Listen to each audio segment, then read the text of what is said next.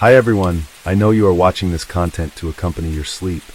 So before we start, I want to know where you are watching from and what time you are watching. Also, don't forget to like, comment, and subscribe. Let's jump straight into the story.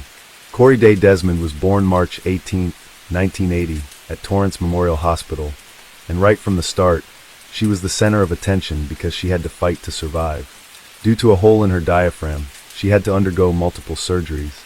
She was only given a 20% chance of survival, and miraculously, she not only survived, but she thrived. Friends and family of Desmond knew her as a smart, self-confident young woman, unafraid to express her opinion, who was energetic and full of affection for those she cared about, who were many. Desmond graduated from North Torrance High School and earned a master's degree in criminal justice from Long Beach State. Unsure of her calling in life, she changed her mind and decided to become a teacher. Her goal was to teach autistic children. A week after her death, a notice came in the mail that she had earned her teaching credential. She was loved by many and friends to all.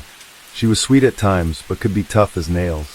She could command a bar full of patrons when she wanted, and all the while be singing one of her favorite karaoke songs such as Black Velvet or These Boots Were Made for Walking, and once again, being the center of attention. It was that secondary family that Corey acquired while working in those various establishments that kept her going back despite what her family wanted her to do. In 2009, Corey worked in a bar. On Saturday, February 14th, she had a shift that ended at 9:30 p.m. She then walked 2 blocks to the popular Bar Street Lounge. Many employees of this bar knew Corey as she had friends working there. She was caught on surveillance cameras helping her friends at the bar. She left there only after closing, around 2 a.m. None of her friends saw her after that. On Monday, February 16th, at approximately 2:20 p.m., the San Bernardino County Sheriff's Office received a terrifying call.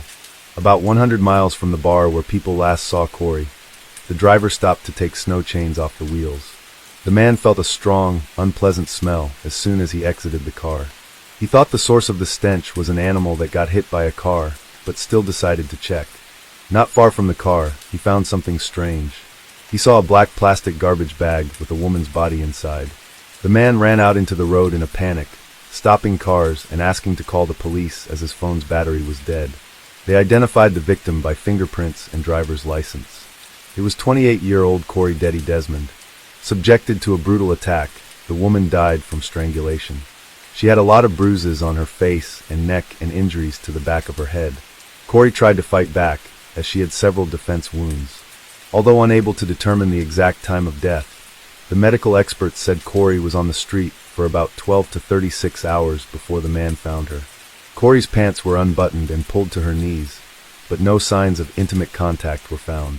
The first conclusion that investigators came to was that the place where the driver found Corey's body was not the place of her death. The criminal left her body by the side of the road, hoping it would take time to find it. Before the man found her body, the rain destroyed all possible evidence. Reporting bad news to the families of the dead or missing is perhaps the hardest thing in the work of a policeman. At that time, Corey was living with her grandmother. The news about the granddaughter's body found in a garbage bag shocked the woman. And this news was no less devastating for Mark, Corey's father. Mark knew perfectly well how the system worked. Sometimes the police delay the investigation for many months because they need a warrant to conduct searches, interrogations, and fingerprinting. There are cases when the time-consuming bureaucracy slows down the process of solving a crime. Therefore, Mark decided not to sit and wait for the police to find the person who deprived him of his daughter. He decided to act. He said love for his daughter gave him the strength to look for the criminal. Mark found Corey's Jeep Wrangler in an alley next to the bar where she worked. He also discovered that Corey disappeared on the night of February 15th, but unfortunately, no one knew about it. Grandma did not panic because Corey was already an adult and could stay overnight with a friend or friends. In addition, she often worked late into the night and came home when her grandmother was already asleep. Investigators went to the bar where Desmond worked to find possible witnesses or leads. They talked to other employees and learned that Corey finished her shift at 9:30 p.m. and then went to another bar. She often did that. Her friends worked at that bar, and Corey often visited them at the end of her shift. She helped at the bar or chatted with friends while sitting at the counter. Besides, it brought her extra tips. Bar visitors knew her face well, and many perceived Corey as another employee. Surveillance cameras confirmed the words of the visitors. They captured the girl helping her friends at the bar. Unfortunately, a bartender's job is not only to pour drinks and entertain the interlocutors. Sometimes, after drinking alcohol, some people stop controlling their emotions and their behavior becomes inappropriate. That evening, Corey was unlucky enough to meet such a person. According to eyewitnesses, she argued with some man who behaved provocatively. He bothered women and unceremoniously touched them, making unflattering compliments. While everyone was silent and did not dare to put this man in his place, Corey stood up for the bar's visitors. In other words, the girl explained to the man that he was not welcome there. The violent guest was furious, but still agreed to leave. Corey continued to help her friends and made drinks at the bar as if nothing had happened. That evening, she consumed alcohol, but it did not affect her behavior. After 2 a.m., she left the bar alone and planned to go home. But as we now know, a man found Corey's lifeless body 100 miles from the bar the next day. Mark gave the police all the information he could find. Through television, he appealed to everyone to report any crucial information for the investigation. Meanwhile, the police identified the man Corey quarreled with before her death. During a conversation with investigators, the man said he did not know who Corey Desmond was. However, he did not deny having a big fight with the girl in a bar on February 14th. The man said alcohol made him uncontrollable, confirming that they kicked him out of the bar. Right after that, he went home to sleep. The suspect denied any involvement in the crime. He agreed to take a polygraph test and let the police search his house and car. They carefully examined the suspect's car. After all, there could have been traces like bloodstains, hair or something belonging to Corey. The car was dirty both inside and outside, and yet forensic experts did not find any evidence there. While searching the man's house, they found nothing indicating his involvement in the crime. The last hope of the investigators to catch the man in a lie was a polygraph test. But the man passed it without much difficulty, answering all the questions of the police. In addition, his wife confirmed that he came home before 2 a.m. and immediately went to bed. Corey left the bar around 2 a.m., which means this man was not involved in her death. Thus, the police excluded him from the list of suspects. But the problem was that they had no other persons of interest in this investigation. They studied Corey's personal life, trying to find out if she had enemies who could wish her harm. Investigators found out another strange detail.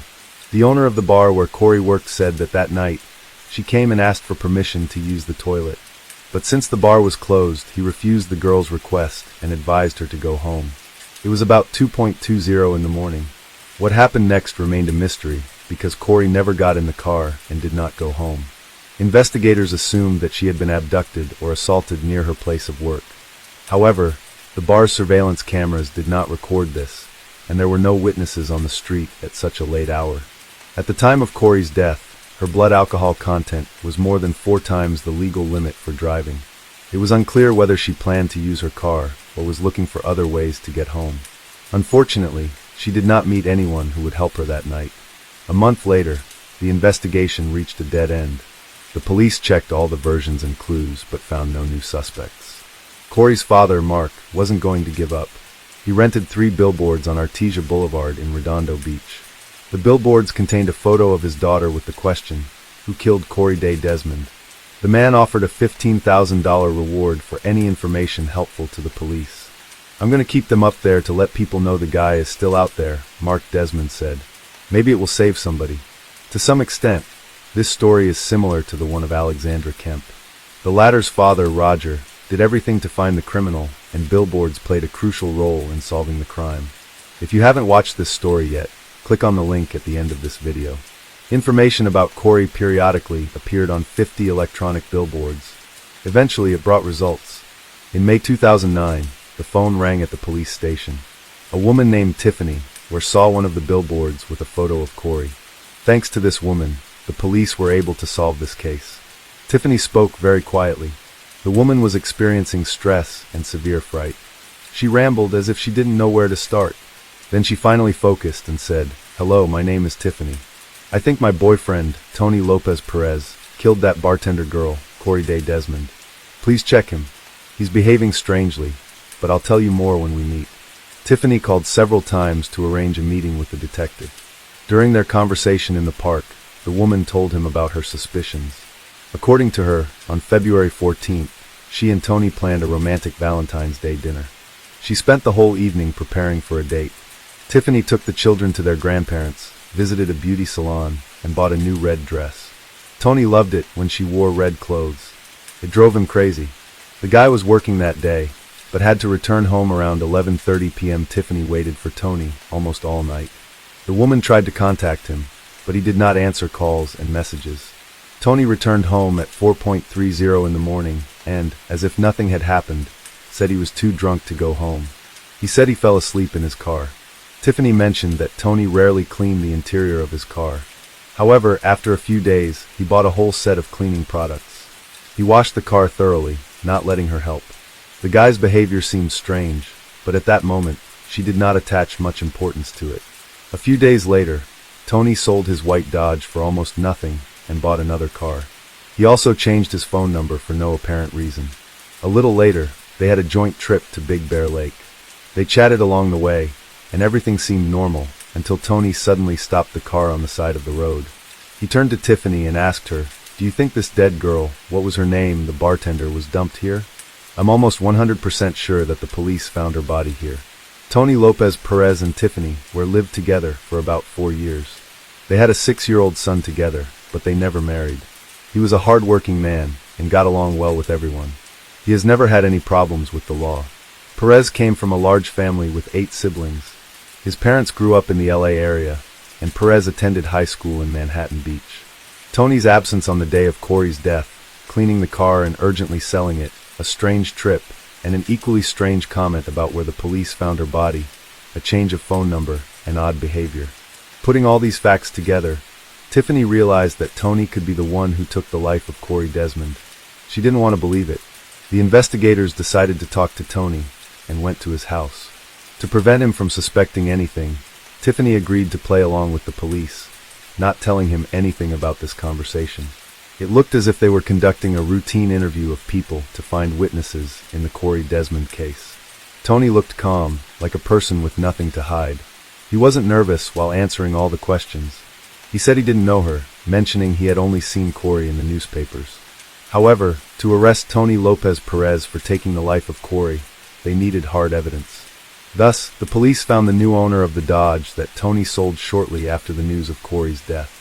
The new owner confirmed that Tony sold him his car for a low price. He allowed the police to check the vehicle for any evidence. Tiffany said Tony cleaned the interior thoroughly before selling his car. However, when the experts applied luminol and used an ultraviolet lamp, it became evident why Tony Lopez Perez got rid of his car. The interior of the car lit up in bright blue. The police asked Tony to come to the police station. They didn't tell him anything about the find, so he wouldn't run away. At first, he claimed he had never seen Corey, but later changed his testimony, saying he saw her near the bar and whistled at her. As soon as the police noticed that the man was changing his testimony, they showed him photos of the car he had sold and said that they had found crucial evidence there. This time, Tony claimed to have seen Corey outside the bar. Standing under a street lamp, she suddenly lost consciousness and fell on the sidewalk. He tried to help her, but she did not regain consciousness. Then he started slapping Corey on the cheeks. Corey opened her eyes and started screaming. She told him to get out and asked him to let her go. According to Tony, he got scared, put his hands over her mouth, and accidentally strangled her. Fearing he would get blamed for Corey's death, he put her body in the back seat of his car and drove home. Perez said he woke up during the night and went outside to see if it was a nightmare. "I opened the door and it was not a nightmare," Perez told detectives. It was true. Perez said he went back inside and tried to get some sleep. In the morning, he went to work with Desmond's body still in the back seat. At the end of the working day, he placed her body in 2 garbage bags, took it to a remote area, and left it next to the side of the road. According to Tony's story, what he did to Corey was an accident. He claimed that he was drunk and scared. He accidentally strangled her in a state of panic, but Corey's injuries suggested otherwise. She had severe injuries on the back of her head, bruises on her face and neck, and defense wounds on her hands. Moreover, Corey's pants were down to her knees. Tony Perez was arrested and charged with first-degree deprivation of life. The next day, he showed the police where he dumped Corey's body. In addition to Tony's confession, they now had the results of DNA tests. Corey's blood matched the blood found in the car that Tony sold immediately after committing the crime. At the 2011 trial, Coroner Jack Sheridan testified to the multiple contusions to the victim's head, the evidence of strangulation, and the blunt force trauma to her face. Sheridan also said she had scratches on her body that suggested the criminal dragged her after her death. Based on Corey's injuries, prosecutors said Perez assaulted her and tried to force her into intimacy in the early morning of February 15, 2009. Corey resisted. Unable to get what he wanted, Perez strangled her. Tiffany Ware testified during the trial. She told the San Bernardino County jury that her former boyfriend, Tony Lopez Perez, had an insatiable appetite for sex in January and February 2009. Even though they were making love almost every day, Ware said Perez was still not satisfied. Tiffany also told the court that Tony had twice engaged in intimacy with her against her will. It happened after the birth of their son, and with an interval of about a month. Both incidents occurred when she was fast asleep on the couch after taking painkillers due to severe back pain. Perez, who chose not to testify at the trial, made his first statements to the court during his sentencing. He said he was taught to love and respect those around him, but that he veered off course at times. I forgot the key lessons I was taught about in life, which make me a man, a father, a loving uncle to many, and a responsible person who supports his family that I so love, Perez said. In the end, I fell short. He generally stuck to the story his attorney Andrew Hennell presented at the trial, that he was scared and didn't mean to hurt Desmond. Hennell argued to a jury of 6 men and 6 women that Perez found her passed out on the sidewalk. He said he tried to calm her down and didn't mean to kill her. I should have thought before acting, Perez said. I should have stepped back and cleared my head. Fear took over. I was so scared, so careless. Corey's father, Mark Desmond, said his daughter had a beautiful future ahead of her before her life was cut short at the age of 28. Tony Perez should live the rest of his miserable life knowing he killed his own children's hopes and dreams at the same time he was killing Corey, her father said. He embodies all the characteristics that women in society fear. Just before sentencing, Perez asked God and the court to show him mercy. My very deepest apologies to the Desmond family and to my own family. I have brought such hurt and sorrow to the Desmonds that will forever shape their life. I hope he never gets out in the street again, said Desmond's grandmother Beverly. I hope he suffers as much as she suffered. In July 2011, a jury of 6 men and 6 women found 36-year-old Tony Lopez Perez guilty of first-degree deprivation of life. He was sentenced to life imprisonment with the right to parole after 25 years. Corey Desmond's family expressed gratitude to Tiffany Ware, thanks to whom the police solved this case. If it hadn't been for her, I don't think they would have ever found out it was him, said Leslie Schwab, a family friend who attended every day of the trial, along with about a dozen others in San Bernardino County. On June 1, 2011, the Waller family's life took a turn. A woman named Jackie contacted her sister Cheryl, informing her that she was going to pick up her children from her ex-band, Clay. Jackie planned to return home later that day. However, she never came back, nor did she make any further contact. Worried and unable to reach Jackie, Cheryl became increasingly anxious. By around 7 p.m., Cheryl decided to drive to the police station. Here, she made a startling statement. Cheryl claimed that Clay Waller had killed her sister. The police officers found this accusation shocking, since Jackie had only called a few hours earlier, and there hadn't been any immediate cause for concern or reason to believe she was in danger at that time. Despite the unusual nature of Cheryl's assertion, it eventually became apparent that her instincts were correct. Jackie was indeed entangled in a troubling situation. So what exactly happened to Jackie? And why was Cheryl so convinced her sister had been murdered by her ex-husband, even before Jackie was declared missing? Jackie was known for being sweet, kind, and caring. When she met Clay, there was an instant connection between them. Clay had a speech impediment that had subjected him to ridicule by others. This made him feel awkward and uncomfortable in social situations. However, unlike others, Jackie didn't ridicule him. Instead, she defended him and ensured he wasn't hurt by people's unkind remarks. Jackie's nature was all about protecting the vulnerable, fighting injustice, and helping everyone around her. It wasn't long before their bond grew stronger, and they got married. At the time of their marriage, both were about 30 years old and aspired to have a large family. They bought a small house in Sanguine View, Missouri, where Jackie began creating a family nest. She had a successful career. Unfortunately, the same couldn't be said about Clay. His life consisted of numerous failures, and he struggled with holding down any job for long periods. As a result, Jackie became the primary breadwinner of the family. She always dreamed of having children, but faced challenges in conceiving naturally. Determined to become a mother, though, she underwent fertility treatments, commonly referred to as ECO. So when Jackie discovered she was pregnant, with triplets no less, her joy knew no bounds. The family included 2 girls, Abai and Addison, plus 1 boy, Maddox. It was incredibly challenging for the woman to care for 3 children at once. Nonetheless, she did not complain. She continued to shoulder all responsibilities by herself, without relying on her husband. He seemed uninterested in the children. At that time, Clay took a job with the sheriff's office to support the family, while his wife cared for the children. However, he didn't stay long. He was fired after a year. Only Jackie's parents and sister provided assistance with the children, allowing her some respite. When Clay lost his job, Jackie took on work to support the entire family.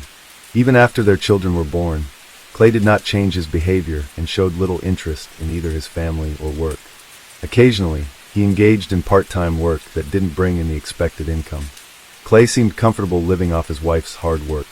She worked 40 hours a week and managed the household simultaneously.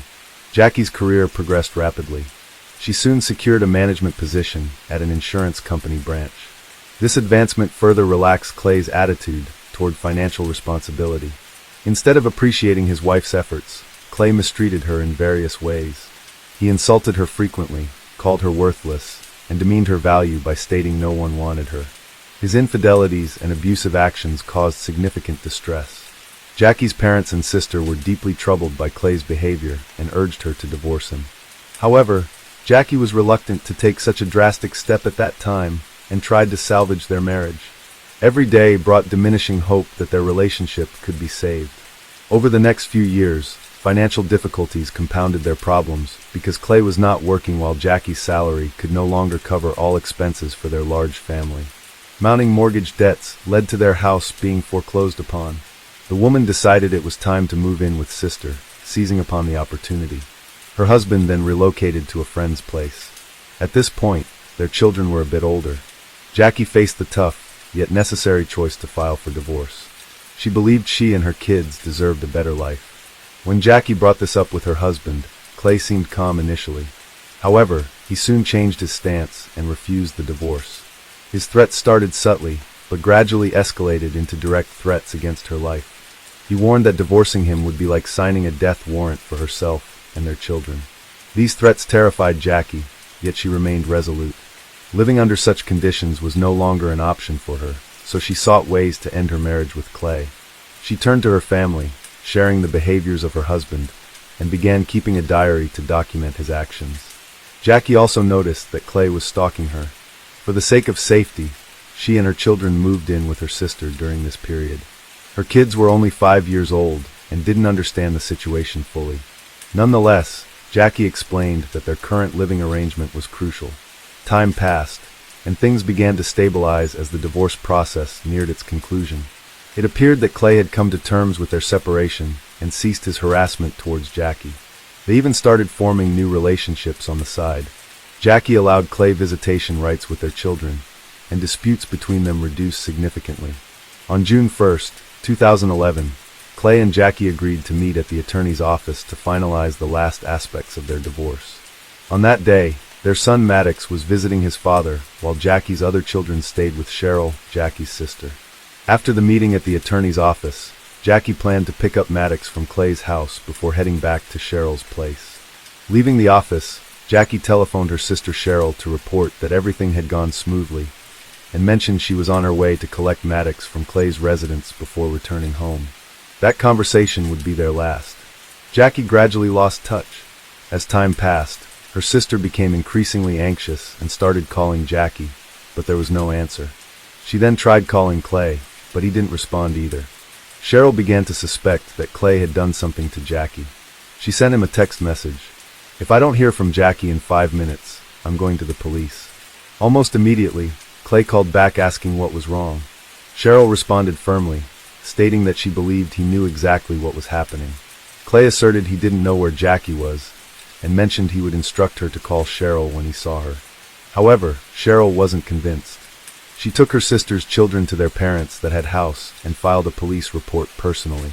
Despite initial skepticism about Clay's involvement in Jackie's disappearance, the detectives took her concerns seriously.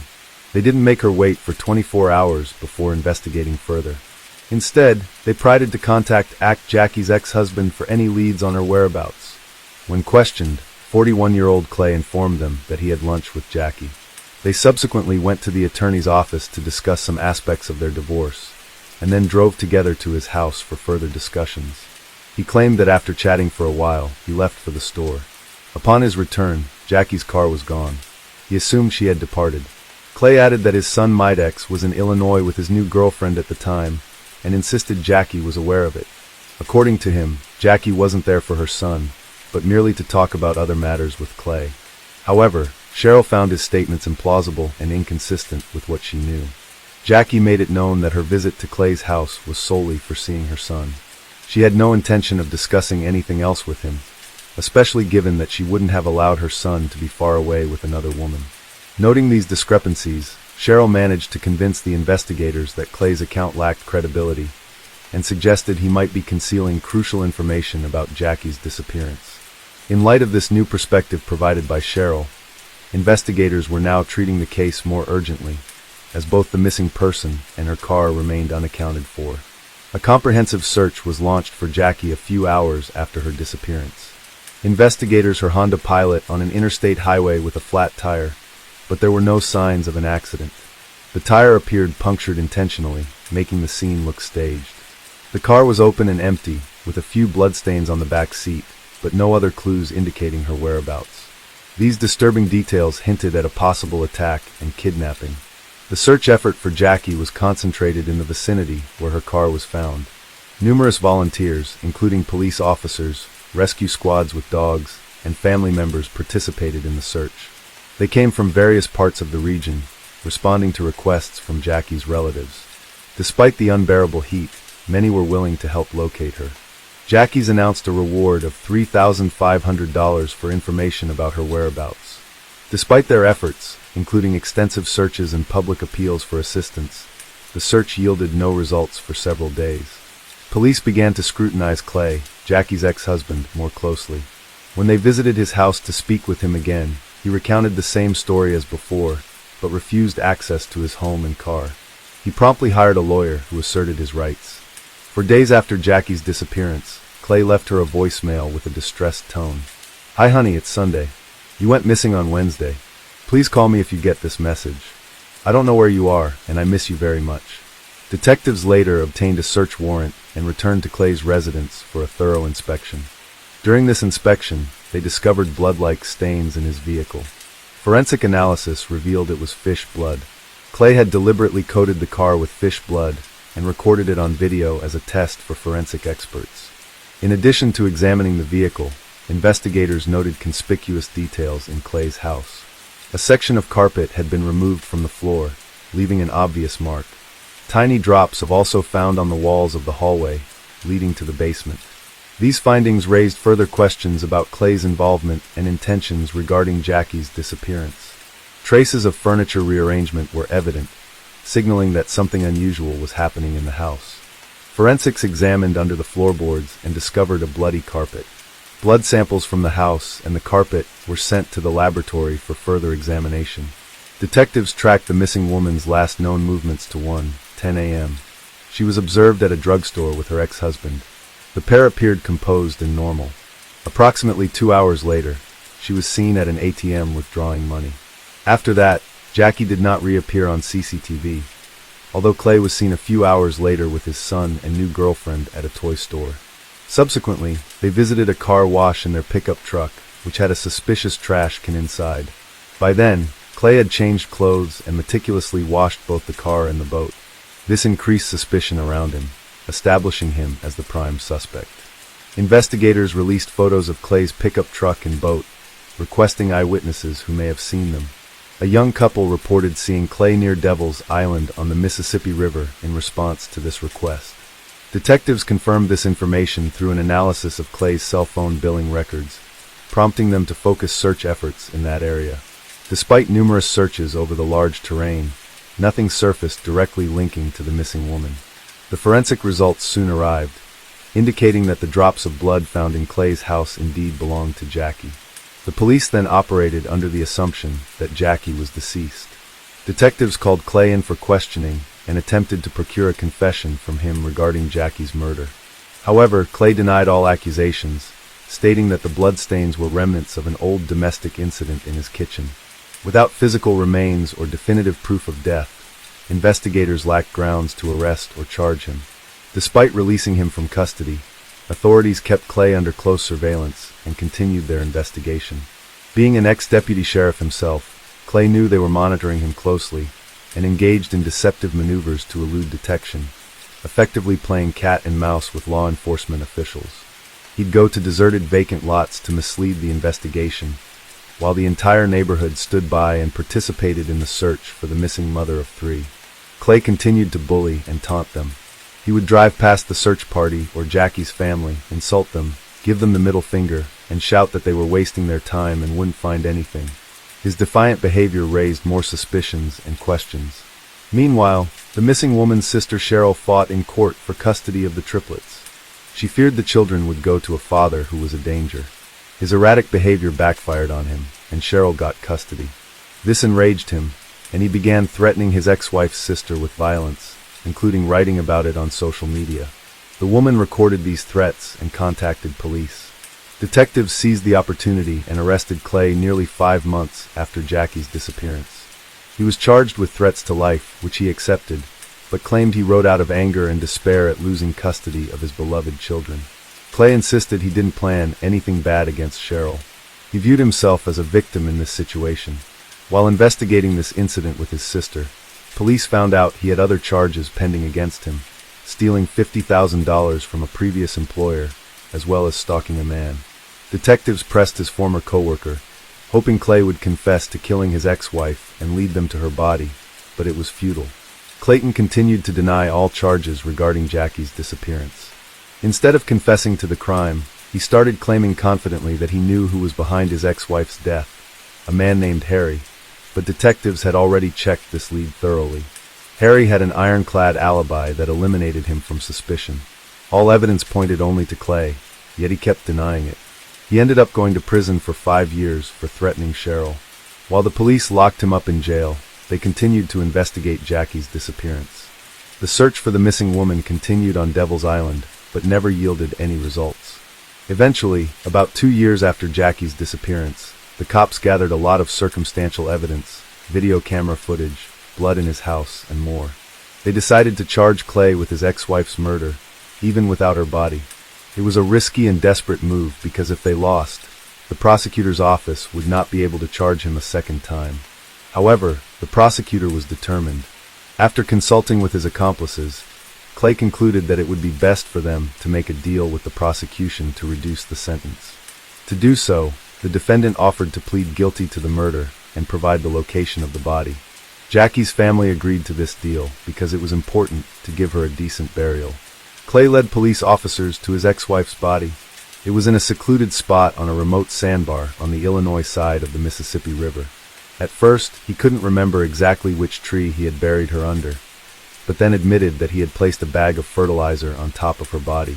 One of the policemen, who was an active gardener, explained that large quantities of fertilizer killed trees. They looked around and found 3 dead trees that were of interest to them. They excavated there, and under one of the trees, they did find Jackie's body wearing the same clothes she had last been seen in. The woman was identified from dental records as Jackie Waller. Finally, Jackie's loved ones recognized that she was definitely dead and found her body. Then they were able to commit her to the ground. The woman's funeral was held on her parents' golden wedding day. Cheryl told their children that their mom was gone, and she had been killed by their father. This event was a great shock to the children, because they lost both their mother and father at once. The children developed a deep aversion to Clay, and refused to communicate with him henceforth. As part of the agreement, Clay had to officially confess to the murder of his ex-wife, and provide specific details. He explained that the initial thoughts of murder began to surface about a year before the tragic event, when Jackie announced their separation. Despite this, he tried to suppress those dark thoughts, as Jackie was the mother of his children. However, he couldn't bear the idea of her taking his children away. He warned Jackie that such actions would have dire consequences for her, but she didn't heed his warning, which he considered her fault. The night prior to the murder, Clay traveled to a secluded area on Devil's Island to dig a grave for Jackie. According to him, their divorce proceedings were generally progressing smoothly. On that particular day, after a visit to their lawyer, they had a conversation in which she suggested they engage in intimacy one last time. They then went back to his home, where they talked in the kitchen. While looking for a snack in the refrigerator, Clay accidentally raised his head, hitting Jackie and causing her nose to bleed. This incident angered her. She stormed out into the hallway, where she smeared blood on the walls and started yelling at him that he would never see his children again. At this point, Clay lost control and attacked her. He hit her in the face with his hand, and then strangled her. Subsequently, he took Jackie's body out in a dumpster and buried it in the pre-dug grave.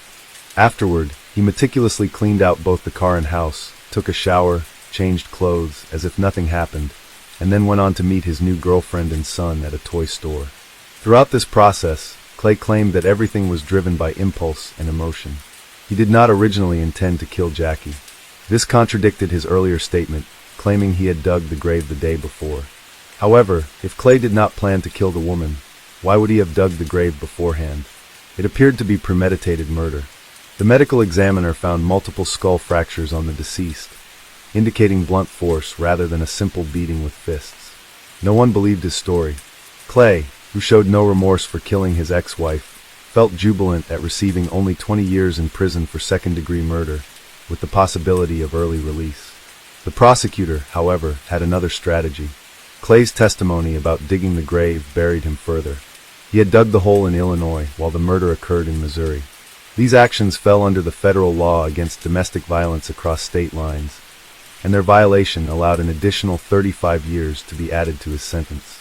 Clay Waller will be eligible for parole after serving 85% of his 55-year sentence. It turned out that Clay was unaware of such a law and did not foresee the consequences of his confession. Yet, his atrocities continued. Demonstrating further callousness, he wrote a book detailing Jackie's murder to profit from the tragedy. Sherelle, Jackie's sister, along with her husband, continues to raise Jackie's children with support from their elderly parents. The children have grown up remembering their mother as an exceptional person who remains forever in their hearts.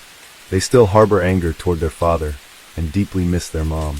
Jamie Hahn was born on October 25, 1983. Growing up in Orangeburg, South Carolina, she lived with her two brothers and sister, Brett, Justin, and Ashley. Despite their parents' divorce and remarriage, Jamie remained a cheerful child. She attended a small yet renowned private prep school, celebrated for its educational excellence. In junior high, Jamie visited the University of North Carolina with her classmates. She instantly fell in love with the campus and aspired to attend. Even as a student, she aimed to impact others' lives by joining the board of the Center of Hope to support troubled teens. Later on, Jamie engaged in various political campaigns. One notable campaign was Senator John Edwards' 2008 presidential run, a competitor to Obama. During this campaign, Jamie emerged as a prominent figure in North Carolina's Democratic Party. During one campaign, she met Nation and formed a deep professional relationship with him that later evolved from platonic to romantic. 4 months after their first romantic moment, they announced their engagement and married on April 18, 2009. Their intense love was anchored in a deep friendship. Jamie and Nation thrived in their respective careers. Jamie ran her own political fundraising consulting firm, while Nation was a well-known online strategist aiding politicians and nonprofits with their campaigns. Described by friends and acquaintances as exceptionally kind, tender, and generous, the couple was well regarded. They took their marriage vows seriously and actively participated in projects like the Coalition to Protect Young Families in North Carolina. Although they were childless at that time, Jamie and Nation planned on starting a family soon. They both enjoyed vibrant social lives. Jamie was known among her friends and family as a compassionate individual who had the ability to spread happiness wherever she went. Her talent and enthusiasm for politics led many to foresee a promising future for her. However, unexpectedly, their seemingly perfect world suddenly fell apart on April 22, 2013. Around 5:20 p.m., Jamie frantically ran from her house and sprinted a few dozen meters before collapsing unconscious in a neighbor's yard. Her body was drenched in blood. Onlookers on the street were shocked by the scene and shouted for someone to call 911. A neighbor, who saw the turmoil unfolding in his yard, immediately phoned emergency services. Through Jamie's disoriented words, he understood that someone named John, who seemed to still be inside her house, had assaulted her with a knife. He quickly applied a towel to the numerous wounds on her abdomen and urgently summoned an ambulance and the police. Arriving patrol officers traced the blood from the neighbor's yard back to the Hahn residence. Encircling the house, they commanded the individual inside to exit with hands raised. Moments later, a disheveled bald man emerged on the porch. The officers noted he bore wrist injuries and a stab wound in his abdomen. Due to his injuries, this unidentified man was transported to the hospital in an ambulance, escorted by a police officer. En route to the hospital, the wounded man grew distressed and tearful, expressing regret that this hadn't occurred sooner, and repeatedly murmuring a desire to die. Following his medical treatment, the police endeavored to ascertain his identity, reasons for being in the Hahn residence, and circumstances leading to this tragic event. They soon discovered he was 31-year-old Jonathan Wayne Brill, a close friend of Nation and a guest in their home. Jamine also knew John well. She had employed him as an accountant in her political consulting firm after he relocated to North Carolina. The couple had generously offered him accommodation in their home until he could find his own place. Nation and John hailed from the same hometown and first crossed paths in 2000 during a church trip. Despite a 4-year age gap, they quickly struck up a friendship. As it often happens with childhood friends, they drifted apart when one went off to college, but rekindled their bond post-graduation. They became virtually inseparable. Jonathan even had the honor of being the best man at Nation and Jamine's wedding.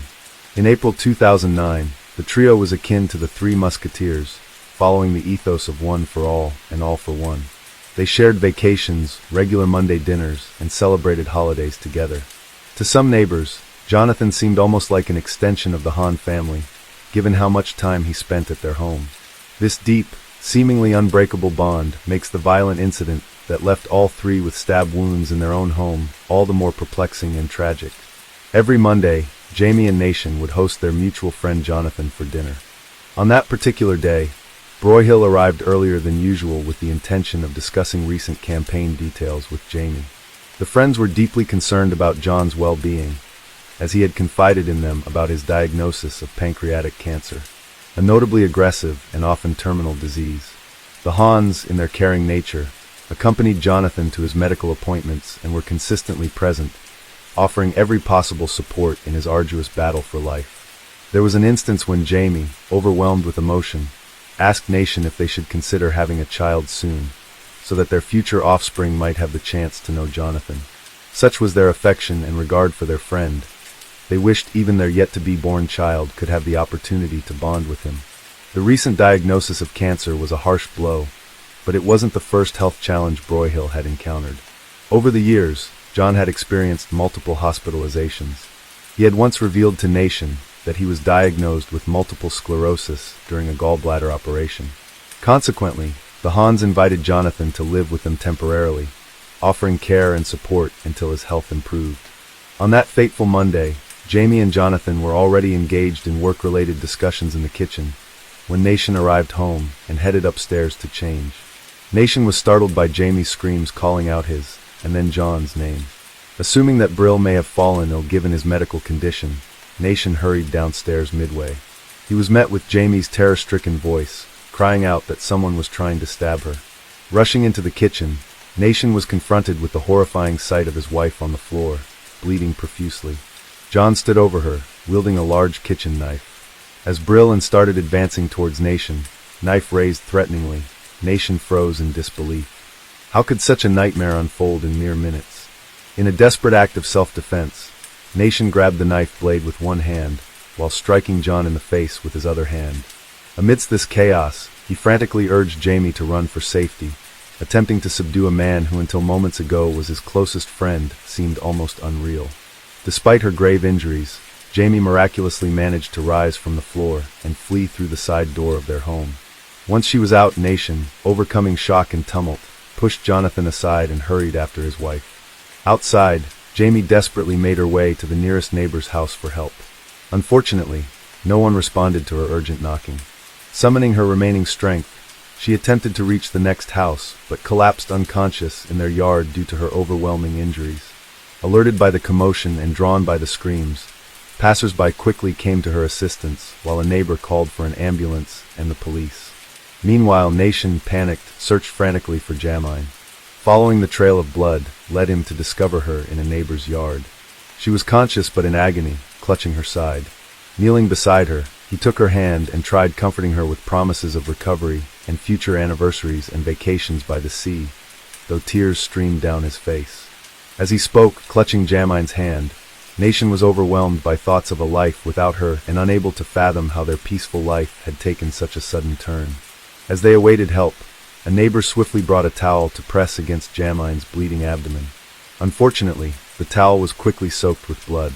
Another compassionate neighbor elevated Jamine's legs onto a bag of leaves, trying to give some comfort. The ambulance was on its way, but to the onlookers, the wait felt endless, even though it was only a few minutes. Jamine's breathing grew labored, a clear sign of her critical state. When the paramedics arrived, they promptly administered life-saving measures. Nation, having suffered severe cuts to his hand while wrestling with the knife, also desperately needed medical attention. Both he and Jamine were rushed to the hospital. During transport, Jamine lost consciousness, and upon arrival was taken immediately for emergency surgery. Meanwhile, Nation, overwhelmed with worry for his wife and oblivious to his own pain, received stitches. He was in such shock that he repeatedly tried to enter the ICU, desperate for any updates about Jamine, but was denied access. Seated anxiously on a hospital bed, Nation was tormented by thoughts of Jamine's condition. Over a dozen stab wounds, a severed artery, and severe liver damage, his only solace during those excruciating moments was hoping and praying for her survival. By some miracle, Jamine did survive the surgery initially. But tragically, this hope was short-lived. She never regained consciousness. 2 days after this harrowing ordeal, Jamine succumbed to her injuries. The autopsy revealed a grim reality. She had sustained 24 stab wounds across various parts of her body, including her face, neck, back, hands, and forearms. However, the most lethal injuries were inflicted on her abdomen and chest, resulting in catastrophic damage to her lungs and liver. Meanwhile, Jonathan Brill had inflicted wounds upon himself and was hospitalized for 8 days to recover from his self-inflicted injuries. On Tuesday, April 30th, 2013, still needing medical attention with bandages on both wrists, Brill was transported on a stretcher to the magistrate's office in Wake County. The individual was formally charged with first-degree murder in the case Jamine Han, and assault with a deadly weapon on Nation Han. Due to the severity of the charges, he was held without bail and at Central Prison in Raleigh. This facility was specifically chosen because it housed a hospital wing, ensuring that Bryhill would continue to receive the necessary medical treatment while in custody for his crimes. The tragic and sudden loss of Jamine profoundly impacted many, leaving a lingering question. Why would someone she considered a best friend commit such a horrific act, robbing her of her future? In the wake of the tragedy, speculation swirled within the community about a substantial amount of money that had gone missing during the election campaign, managed by Jamine's team. Jonathan Brill, who had served as the accountant, officially ceased working for the company at the end of 2012. Despite this, he remained responsible for providing Jamine with financial details and assisting in the preparation of financial reports. It was suspected that Jamine might have discovered the missing funds, which totaled over $50,000, and confronted Jonathan about this discrepancy. This confrontation could have triggered his violent outburst. On April 22, 2013, Jamine had invited Jonathan over for their regular Monday dinner and intended to discuss the company's financial issues. The exact sequence of events during Nation's brief absence remains unclear. However, it is widely believed that Jamine might have challenged Jonathan regarding the missing funds during this time. As time passed, Nation's physical wounds began to heal, but emotional and psychological scars remained deep and unhealing. 6 months following this devastating event, Jamine's family and Nation, her grieving husband, scattered her ashes near Pulaski Memorial Baptist Church. This place was significant because Jamine had dedicated her time and efforts as a volunteer there. In a poignant twist of fate, just a week before the tragedy, the Hans had requested the church's pastor to pray for Jonathan, who they believed was battling cancer. Did they know that soon, it would be they who needed the prayers of their community in the wake of such an unimaginable loss? The nation had to grapple with the truth that an individual he had known from childhood, whom he saw as his dearest friend, had completely shattered his life, and even more heartbreakingly, claimed the life of the woman he adored more than anything in the world. According to Nation, Jamine was his anchor, his backbone, and his soulmate. He couldn't fathom how the sun could continue to glow without her. The trial of Brill commenced on March 4, 2015. The district attorney informed the jury that Jonathan, serving as Jenny's financial manager, had written 39 checks to himself, misappropriating around $50,000, the identical sum missing from the account. To rationalize his deeds, Brill claimed various health issues including brain impairment from multiple sclerosis, memory deficits, a gallbladder operation, and pancreatic cancer. Compassionate Jamie refrained from confronting John about such a sensitive matter during his challenging times. She tactfully sidestepped the issue, hoping Brill would identify and rectify the mistake. All seemed normal until she got a call from a debt collector. Then the district attorney unveiled a startling truth. The preceding year, the defendant's first hospitalization occurred when he was admitted following an episode at Han's residence. Prior to that, Jonathan hadn't sought any medical treatment, as his health records confirmed. All along he had deceived Jamie and Nation about his health conditions. No gallbladder operation, no multiple sclerosis, and no cancer, but merely a manifest mental disorder and something dreadful. Within the search history revealed that the man had been seeking information on pancreatic cancer and specialists in this particular field, evidently to lend credibility to his falsehoods. He also looked up cruises that could be taken without a passport. John had arranged a one-way journey to Las Vegas for April 23rd, but canceled it on the 22nd, merely 2 hours before assaulting Jamie with a knife. Jonathan admitted to the authorities that he had indeed misappropriated the campaign funds and fabricated all his medical conditions. When the Hans escorted him to medical appointments, waiting in the car as devoted, caring friends, he merely roamed the hospital halls. In recent times, Jonathan grappled with depression and suicidal inclinations. He confessed to being tormented by voices urging him to harm others. He purchased the knife for himself, supposedly planning to use it in Vegas to end his life. Yet, he believed Jamine would confront him about the financial irregularities. When she did, he began to inflict wounds on himself. Jamine attempted to intervene, but at that point, he was so deranged and furious that he started assaulting his friend impulsively. Jonathan recalled attacking Jamie, yet parts of this episode were wiped from his memory. His lawyer and Jonathan himself realized that fully dismissing the charges was unfeasible due to the overwhelming evidence of his guilt. Still, they aimed to argue for temporary insanity to lessen the sentence. Before the jury retired to deliberate, Nation Han was allowed to speak. With a voice filled with sorrow, he expressed, "We lock our doors at night to block out the world's evil, but it's chilling to think what occurs when evil holds the key."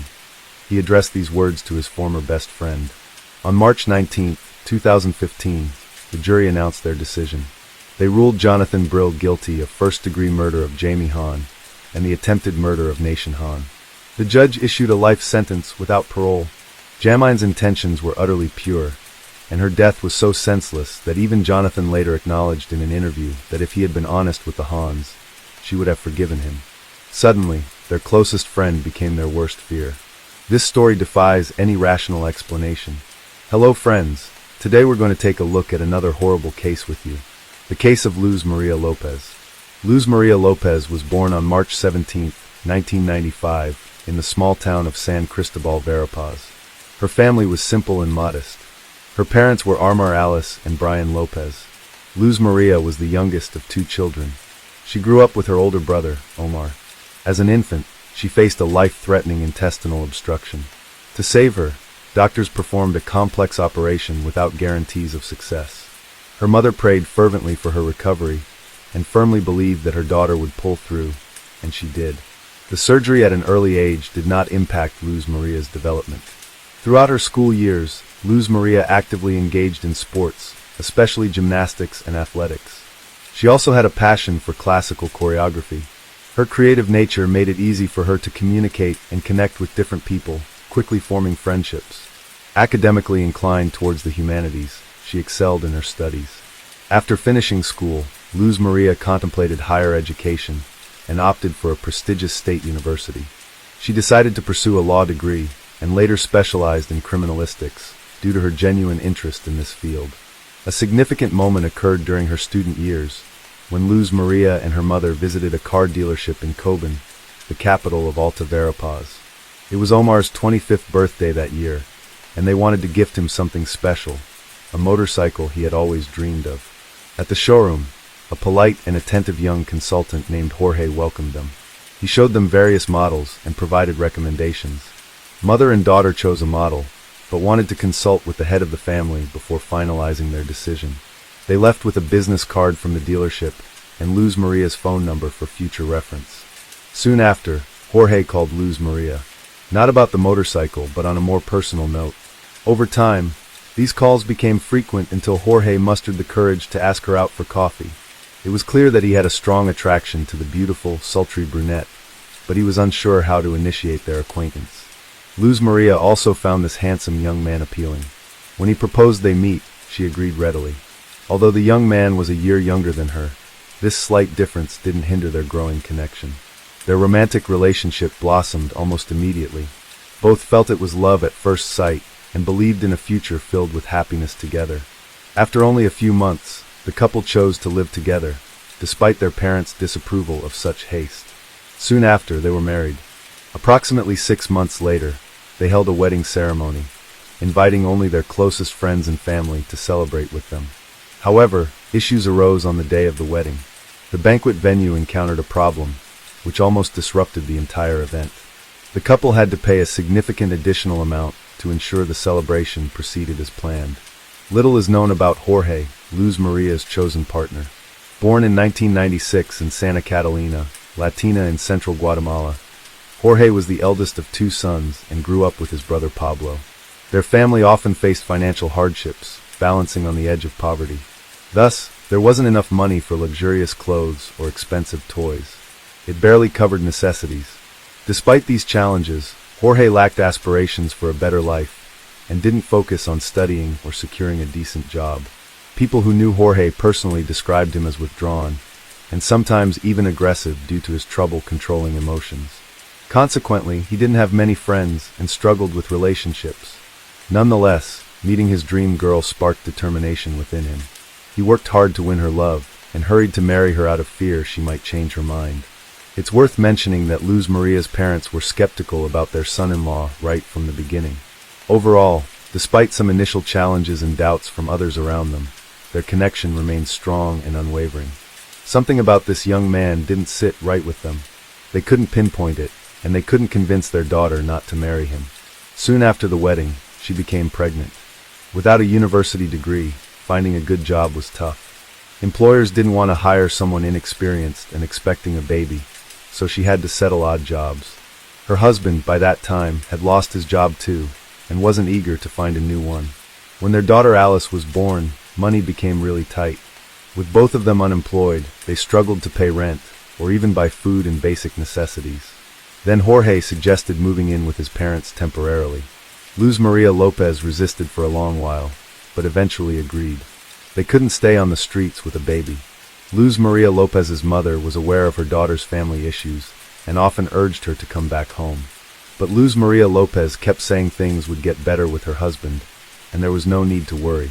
One day, the mother decided to visit her daughter and granddaughter at her son-in-law's parents' house and found a distressing scene. Luz Maria Lopez was in terrible shape, eating just once a day, and that too very little. However, Jorge's family didn't see the need to provide for their unemployed daughter-in-law. It's terrible. Luz Maria Lopez was breastfeeding Alice, so lack of proper nutrition threatened both their healths. But inadequate meals were only part of the myriad problems she faced in her mother-in-law's home, as she later discovered. She was constantly humiliated and even beaten by her husband's younger brother. He was irritated by the crying of the child and the presence of items in the house. His frustration him to repeatedly throw these items at Maria. On one occasion, he launched a baby bottle that struck little Alice, who was in her mother's arms. Jorge witnessed all of this, but never once stood up for his wife and daughter, acting as if they were strangers to him. Maria's mother persuaded her to take her granddaughter and return to the parents' house. Soon after, Jorge appeared at their doorstep, asking his wife to come back, promising he would find employment. She agreed, but only on the condition that they would rent an apartment and live separately from Jorge's parents. When Maria successfully defended her diploma, she fulfilled a long-time dream by securing a job with the city prosecutor's office. A smart, talented, and responsible young woman, she quickly earned the respect of her colleagues and began moving up the career ladder. Over time, the family's financial situation improved considerably. They could even afford to buy a car for two. However, this improvement was solely due to Maria's diligent work and reputation. Jorge was still searching for himself and preferred living at his wife's expense. He was jealous, lazy, and a domestic type with an explosive temper, which worsened over time. Jorge did not want to work, taking only temporary part-time jobs, if at all. He preferred sitting at home in front of the TV, drinking beer with friends, and spending what his wife earned. Moreover, Jorge was pathologically jealous and tried to control every move of his beloved. He did not permit her to make friends, or have lunch with colleagues in cafes, or just be somewhere without him. Constantly checking her phone records and reading messages became routine for him. He also forbade her from registering accounts on social networks. At home, when left alone with Maria, Jorge's behavior did not improve in any way. He often created scandals in seemingly calm places, constantly clarified his relationships, and habitually blamed his wife for any problems or family troubles. When they lived at his parents' house, Jorge never stood up for his wife. He just watched as she was humiliated, insulted, and occasionally even beaten by his relatives. Jorge himself also sometimes resorted to violence and didn't see anything wrong with it. He treated Luz Maria as if she were his property, believing she would endure everything and wouldn't leave him. Neighbors frequently heard screams from their home and saw signs of beatings on the young woman's face and body. Luz Maria repeatedly tried to leave her husband and considered filing for divorce. Several times, she took her daughter and moved out to live with her parents. However, each time her husband would go there, literally begging on his knees for forgiveness. Remarkably, each time Luz Maria forgave him and gave him another chance despite her parents urging her to come to her senses and leave the man. On December 15, 2020, after another violent altercation with Jorge, Luz Maria took their 3-year-old daughter Alice, got into the car in tears, and went to her mother's house. The following day, Jorge arrived there. His intentions were unclear, whether he wanted his wife back or simply the car. He claimed he had found a job and assured everyone that they'd change. Additionally, he promised never to raise a hand against his wife again. Surprisingly, Luz Maria believed him yet again and returned with him to their rented apartment. In mid-January 2021, Luz Maria called her mother to complain that not only did Jorge fail to secure a job as promised, but had also stolen the money she earned, effectively leaving the family destitute. Her mother felt sorry for her daughter and offered financial help so they could get by until the next salary was received. The women agreed to meet on the morning of January 19th, but Luz Maria did not arrive at the designated time. She decided to visit her daughter's workplace the next day. Upon arrival, she discovered that Luz Maria Lopez hadn't shown up for 2 days, and no one had been able to contact her. At the same time, Jorge, also searching for his wife, appeared at the prosecutor's office. He mentioned that they had argued again, and thought Luz Maria Lopez had gone to her mother's house. He figured she wasn't answering because she was upset with him. The concerned mother immediately felt something was wrong and suspected her son-in-law might be lying. She went straight to the police to initiate a search for Luz Maria Lopez without delay. That same day, an alert system named Isabel Claudina, originally Alerta Isabel Claudina, was activated nationwide. This emergency system was triggered for young women reported missing. When the extensive search began, Luz Maria Lopez's husband was quickly identified as the prime suspect, though it would actually be more accurate to say he was the only suspect. Luz Maria Lopez had no known enemies or reasons someone would kidnap her, and Jorge was the last person seen with her alive. Naturally, he denied any involvement in her disappearance, asserting that he himself was distraught over her absence and irritated by being labeled as the main suspect. Despite his denials, Jorge repeatedly contradicted himself during questioning and failed to provide a clear explanation as to why he hadn't informed the police on the actual day of his wife's disappearance. He claimed he believed she was at his mother-in-law's home, but didn't call or visit there. While law enforcement searched for witnesses and combed through areas for any clues, a breakthrough came on January 22nd. Municipal workers accidentally discovered Luz Maria Lopez's body while responding to a call about a clogged storm drain near a road. Upon lifting the grate to access the drain, They found an unusual large plastic bag containing something black inside. Upon closer inspection, the observers were horrified to discover charred human remains. They promptly reported this gruesome finding to the authorities. Upon arrival, the police officers speculated that the body might belong to Luz Maria Lopez, who was widely looking for after nationwide. Forensic experts later verified that the remains were indeed those of a young woman. Her parents and brother, despite the severe disfigurement caused by the fire, confirmed her identity with certainty. What's coincident is that the package containing her remains was found on the same street as the prosecutor's office where she had worked. This location lacked surveillance cameras and lighting. Despite how badly burned the body was, pathologists determined that she had been severely beaten before death. The cause of death was asphyxia, indicated by internal hemorrhages, multiple fractures sustained while she was still alive, and particles of dried blood in her nose and mouth. Additionally, there were deep marks on her neck, pointing to strangulation. At the time of discovery, no new suspects had emerged in the investigation. The victim's parents firmly believed that their son-in-law had brutally murdered their daughter. Consequently, Jorge was taken into custody while authorities examined his motive for committing such a heinous act. In addition to the investigation, psychologists and criminal analysts needed to scrutinize the marriage and family dynamics closely. During these proceedings, Ms. Lopez submitted a disturbing audio recording sent anonymously by a neighbor familiar with her daughter's household. This person had frequently witnessed domestic disputes between Luz Maria and her husband, but decided to record one such incident without realizing it would culminate in murder. The audio captured Luz Maria desperately crying for help, amid little sobs in the background. Ms. Lopez was horrified by what she heard, and lamented that if this witness had alerted authorities earlier, her daughter might still be alive today. The individual who captured the recording did not contact the police, nor did they visit the residence from which the distressing screams emanated. The authorities were unable to trace this anonymous person, making it impossible to involve them as a witness in the investigation. Consequently, the audio recording was included in the criminal materials. A key witness gave a detailed interview urging all citizens to stay vigilant and report incidents of domestic violence to the police, rather than merely documenting them with devices such as cameras. This approach, she stated, could potentially save lives.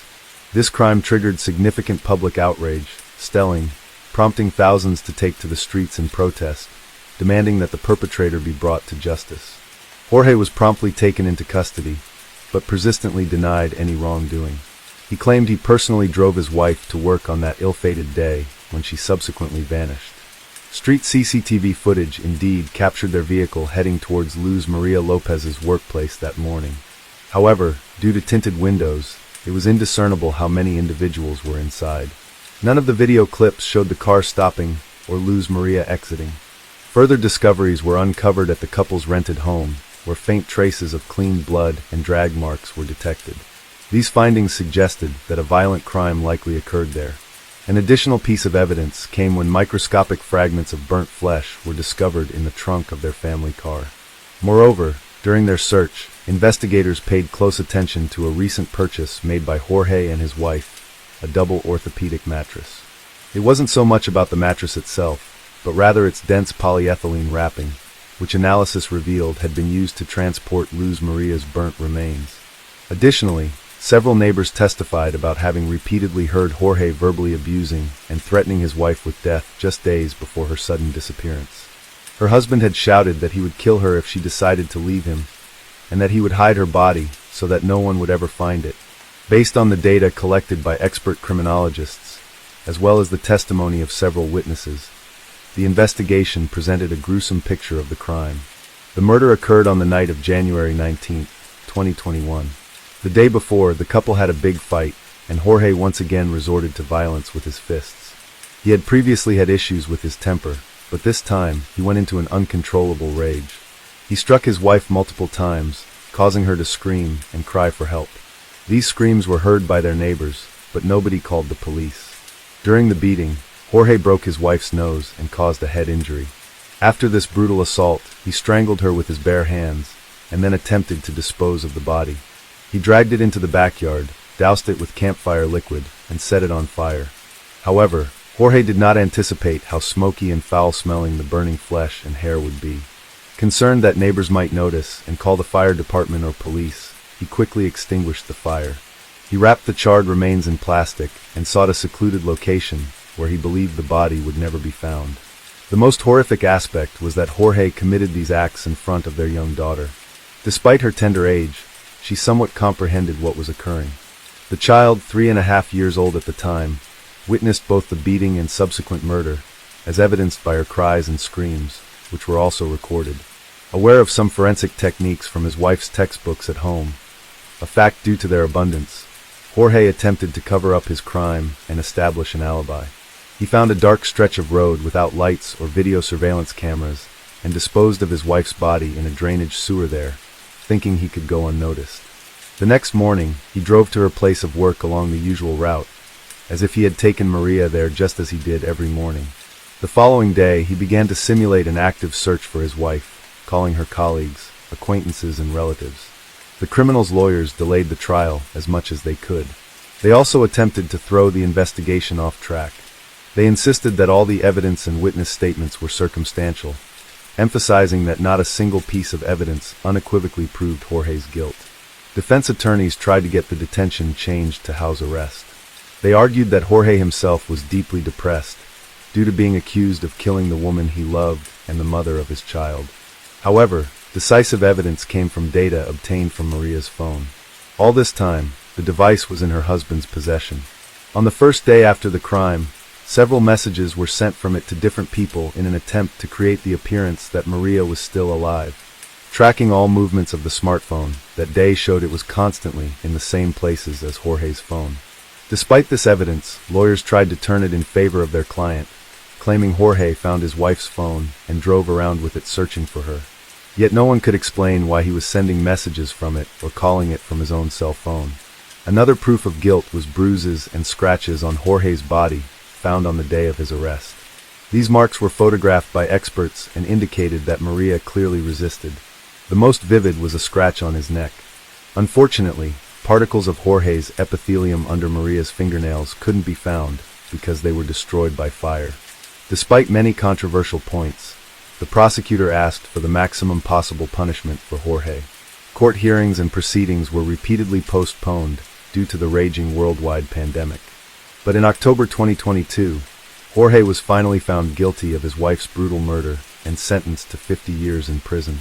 Although he maintained his innocence throughout, custody of little Alice was given to her maternal grandparents, who admitted their granddaughter now holds the main meaning in their lives. During the London Olympics, a young Puerto Rican boxer, Felix Verdejo Sanchez, emerged as a shining star. Heralded as a diamond, he was seen as one of the most promising athletes from his country, with predictions of future titles and gold medals. Everyone believed that this talented and driven young man would reach incredible heights in the world of sports. In 2021, Felix Verdejo's name resurfaced in the global media, but this time it was in the crime section. The story revolves around a teenage romance that grew into an obsession, ultimately leading to a horrific tragedy. This tale also highlights how the 2014 Knockout of the Year recipient, praised and promoted by two-time Olympic champion Vasyl Lomachenko, narrowly avoided a death sentence and was sentenced to life imprisonment instead. Despite overwhelming evidence and his accomplice's confession, Verdejo continues to deny any guilt. Born on May 19, 1993 in San Juan, Puerto Rico, Felix grew up in a modest, large family and had a passion for sports from an early age. Initially, he planned to pursue a career in baseball, but a pivotal incident changed his path.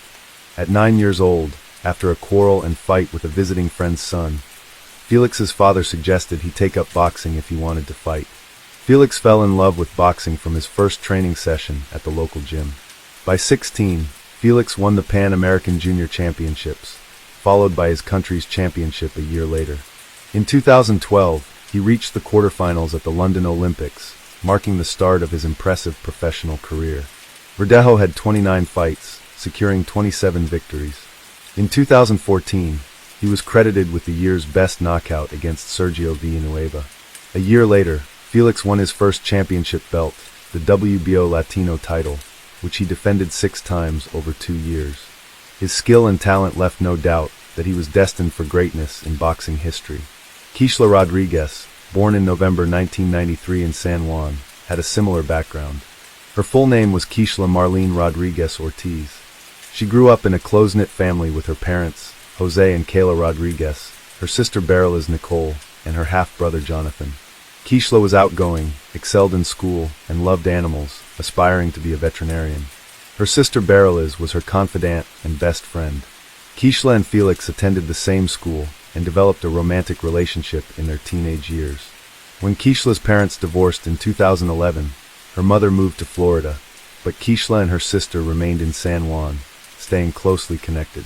At 18, the promising boxer Felix, who had already competed in the Olympics, began dating Elisa Maria Santiago Sierra, a young aspiring model.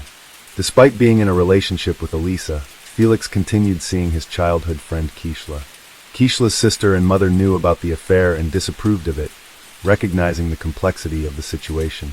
Elisa believed she was Felix's one true love and future wife, while Keishla, aware of Felix's engagement, found herself unable to break away from him. Felix's relationships were tumultuous, marked by his rising fame and the constant attention from admirers. Despite his serious relationship with Elisa, he could not let go of Keishla. This love triangle, filled with deception and emotional turmoil, ultimately led to a tragic conclusion. The once promising star of Puerto Rican boxing, who seemed destined for greatness, ended up in the criminal chronicles, his legacy forever marred by the events that unfolded in 2021. On top of that, he was her first great love, and deep down, the naive girl herself still hoped to be the one. In 2016, the boxer did marry the young Elisa, who at that time was barely 19 years old. Elisa, by that time, was already quite a famous model, had tens of thousands of followers in social networks, and also opened her own beauty studio for eyelash extensions. In August of the same year, just a few months after the wedding, the athlete got into a serious car accident when he was rushing on his motorcycle. He was taken to the hospital in serious condition with head injuries, bruises, and lacerations. His trainer, Ricky Marquez, seriously feared that his talented charge would go off the rails at the height of his career, but Felix, contrary to the disappointing prognosis, made a rapid recovery and soon returned to the ring. In September 2019, the boxer published in his profile in the social network a picture with Elisa, who was in a large term of pregnancy. In the comment to the photo, he wrote, "Soon I will meet my daddy's princess." And a month later, he announced the birth of a daughter, who was given the name Miranda Verdejo Santiago. The young man in public looked like a loving husband, caring father, and an exemplary family man. But secretly from his wife, he continued to meet with Keishla, who could not let go. As Elisa later admitted, she guessed that her husband was cheating on her. But every time, he tearfully vowed to leave his mistress. Keishla repeatedly tried to break off this painful relationship, but Felix would not let her go. She had no other men, because the boxer threatened that if he found out about the fact that Keishla had someone, not good for her and her chosen one, Keishla herself, who had fallen in love with Verdejo since high school, continued to love him despite everything. Rodriguez, as planned, connected her life with the care of animals and got a job at the Center of Veterinary Medicine and Aesthetics. Colleagues described her as conscientious, hardworking, and very responsible. She lived with 2 dogs and a cat, which she simply adored. In 2020, Elisa discovered the correspondence of her husband with several mistresses, including Keishla. The wife gave her husband a scandal and threw him out of the house, threatening that she would file for divorce and forbid him to see his daughter. Elisa's threats had an effect. In addition, in the career of the athlete at that time, there was a serious decline and unnecessary problems where he did not need. For a while, he really stopped seeing Rodriguez, but Felix still did not let her go, trying to control almost every step Keishla. After a few months of secret visits resumed, and in April 2021, Keishla discovered that she was pregnant. She bought a rapid test at the drugstore, which only confirmed her fears. She first called her sister, who was aware of her complicated relationship with the athlete, and told her everything. It was out of the question to have an abortion, because Keishla was already 27 years old, and she was ready to have a child, even if she had to raise it on her own. A few days later, Keishla broke the news to the father of her child, hoping in her heart that he would accept it, but Felix was not happy, to put it mildly. He got angry and told his mistress that she should go to the doctor, and if the pregnancy is confirmed, it will be necessary to have an abortion. Naturally, Rodriguez answered him with a firm refusal, but the boxer began to threaten her and insist. Felix said that an illegitimate child will finally destroy his reputation, and this he cannot allow. After Kishla's visit to the hospital, her pregnancy was confirmed, and she now had a certificate to prove it. She called Felix and told him everything, which made him furious. Felix shouted and demanded that Kishla immediately get rid of the child, but she again responded with a categorical refusal. Then the athlete decided to go on the sly, saying that he did not believe her and wanted to personally look at the issued medical certificate. He appointed Kishla a meeting in the evening in a crowded place, which did not surprise her, because they always tried not to draw attention to themselves and did not get in front of anyone. A few days before the meeting, the boxer stopped by his old friend Luis Antonio Padeyes, who worked in a local machine shop and also had ties with the criminal world, selling illegal drugs. Felix briefly outlined the situation and asked him to help him get rid of his pregnant mistress. Luis had previously been in the field of vision of the police, and the prospect of being in prison scared him, but the athlete was persistent, assured that everything would go smoothly and the police will never come out on them. Besides, Felix promised him an impressive cash reward, and Luis agreed, with the support of an accomplice. Felix called Kishla and told her that he wanted to meet her on the evening of April 29th to confirm her pregnancy and decide what to do next. Immediately after talking to her lover, Kishla called her sister back and told her everything. She still had hoped that Felix would accept her child and would not insist on an abortion. But Beryl's all this situation is quite alarmed. She knew that the boyfriend had threatened her sister, and she was worried that he wouldn't do anything to her. Beryl called her mother and shared her concerns, but even together they could not dissuade Kishla from that fateful meeting. At the appointed time, Rodriguez, taking a doctor's note, arrived at the meeting in her own Kia Forte automobile. Verdejo drove there in his pickup truck, in the back of which Luis was hiding. Kishla immediately got into the athlete's car and showed him the results of the tests. He once again talked about terminating the pregnancy, but Kishla, crying, again responded with a refusal. Against this background, the couple began to quarrel violently, turning to shouting. Then Felix suddenly hit Kishla in the head with his fist, from which she immediately lost consciousness. Until Kishla regained consciousness, Felix took a syringe with a large dose of illegal substances hidden in the glove compartment of the car, which Luis had obtained at his request, and injected Kishla. Then, together with his accomplice, they carried her to the back of the car, where there were already prepared pieces of wire and a concrete block. The men tied Rodriguez up, attached the load, and then covered her with a tarp so that no one would accidentally see anything. Felix then returned to the pickup truck while his accomplice got behind the wheel of Kishla's vehicle. Together, they drove to the bridge over the San Jose Lagoon. It was virtually deserted at night, and the men, making sure no one could see them, threw Kishla, still alive, into the water. Afterward, however, they decided to fire a few test shots in pursuit, using the firearms they had brought with them, so as not to leave the victim any chance. Having finished the massacre, each of the perpetrators went home. Kishla's co-workers were the first to worry when she didn't show up at the Veterinary Medicine and Aesthetics Center the next day. Kishla has always been very responsible and couldn't just not show up for work without notifying anyone. Since she didn't answer the phone, it was decided to contact her sister to find out what happened. After several unsuccessful attempts to contact her sister, she went to her house. No one answered the door, but Beryl had a spare key, so she got in without difficulty. However, she was met only by hungry animals who had not eaten anything for almost 24 hours. Now Beryl was already in a panic because she realized that something terrible or irreparable had happened to Kishla. She immediately called her mother and told her everything, and then reported to the police about her suspicions and threats to her sister. She also called Felix, but he claimed that he had spent the previous evening and night at home with his family and had not gone to any meeting. The missing girl's mother took the first flight from Florida to San Juan. She thought that her lover might have taken her daughter to a private clinic and paid for her to have an abortion without her consent. Kayla didn't even want to think about the fact that Kishla was no longer alive. The first thing to do was to question the missing girl's neighbors and coworkers, but they didn't notice anything suspicious and couldn't provide the investigation with any useful information. In parallel, messages about the disappearance of Rodriguez were posted on popular social networks with requests to respond to those who know anything about her fate or current whereabouts.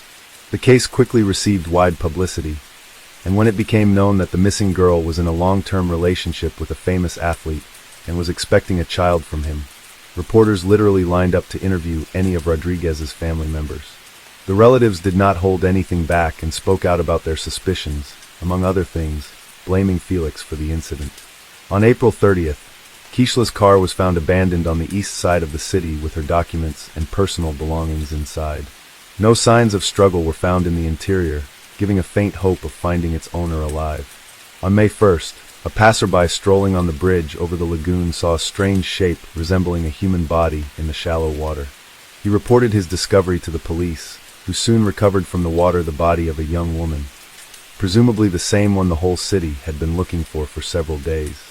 Members of the Rodriguez family, who arrived to identify the body, hoped to the last that it was not Kishla, but their hopes were not realized. The body had been in the water for several days and changed a lot, but the girl was immediately identified by a remarkable tattoo on her arm. When news of the gruesome discovery hit the press, the residents of the city revolted and began to go out to spontaneous rallies, demanding punishment for those responsible. The same day, Verdejo was detained and taken to the police station for questioning, but the athlete categorically denied his involvement and claimed that on the night of Kishla's disappearance, he was at home with his family. As there was nothing to charge him, Felix was released on his own recognizance. One of the key witnesses was the athlete's legal wife, who at the first interrogation admitted that she was aware of his affair with Kishla, but that she had heard about her rival's pregnancy for the first time. On top of that, she did not confirm her husband's alibi, saying that he was not at home on the night of the murder. The first thing investigators did was check traffic surveillance footage on the way to the bridge from which Kishla was thrown. That's how they found Felix's pickup truck and the victim's car traveling behind each other, but the Kia Forte was clearly not driven by its owner. On the same day, the boxer's car was seized for examination, and in its body they found some hair of the deceased. Luis was the first to surrender to the police, promising to tell the truth in exchange for a reduced sentence. Felix was also taken into custody, but he refused to cooperate with the investigation, did not answer questions, and continued to deny his guilt, despite the presence of irrefutable evidence. A firearm was seized from Felix, which he used to shoot the victim from the bridge, and for which he had an official permit. Also, a cell phone check confirmed the fact that Felix, Luis, and Kishla were in the same location on that fateful night. Kishla's final farewell was on May 8th, and the funeral ceremony was all over the national news. It was a kind of action, calling for the perpetrators of the tragedy to be punished to the full extent of the law, as well as an action to draw public attention to the problem of gender violence. The coffin with Rodriguez's body was brought to the cemetery, not in a traditional hearse, but in a white carriage, over which white flower petals were thrown from the air. Many famous Puerto Rican natives, including show business stars, athletes, politicians, and public figures, have spoken out about the high-profile incident. Verdejo was charged with carjacking, kidnapping, premeditated murder, and the murder of an unborn child. All of these crimes together carried the death penalty, but the relatives of the deceased from the very beginning asked the court to elect a sentence of life imprisonment for the killer, so that he would suffer in captivity for the rest of his life. The hearing was repeatedly postponed due to the worldwide coronavirus pandemic, but in the spring of 2021, the trial was held in virtual mode. The court found that the crime was committed by a group of persons by prior conspiracy, and with particular cruelty against a pregnant woman. It was possible to reconstruct the chain of events of that night, and the details of the crime, mainly thanks to the testimony of Luis, who did not deny his guilt. He admitted that it was he who, at the request of a friend, got the drug for injection, and also brought a wire and a concrete block to get rid of the body. But Felix continued to insist on his non-involvement in the case, although his words could not seriously affect the situation. By the way, the wife of the boxer, who acted in court as a witness, almost immediately after the arrest of her husband filed for divorce and tried to abstract from what was happening, focusing on the development of his business and raising a young daughter. According to some reports, not so long ago, Elisa Santiago remarried. Elisa herself admitted in an interview that she repeatedly received anonymous calls and messages with death threats, as well as death wishes to her and even Miranda. Many considered it was the spouse of the athlete as the organizer of the crime, but no evidence was found. In the summer of 2023, it became known that the jury, having familiarized itself with all the evidence and heard the testimony of all the witnesses, was finally ready to announce the final verdict. Felix Verdejo and his accomplice Luis Cadiz were found guilty on each of the charges against them, but despite this, the killers have not yet been sentenced. The next court hearing is scheduled for mid-November 2023. Most likely, both men involved in the deaths of Kishla Rodriguez and her unborn child will likely go to prison for life, with no right to ever leave prison.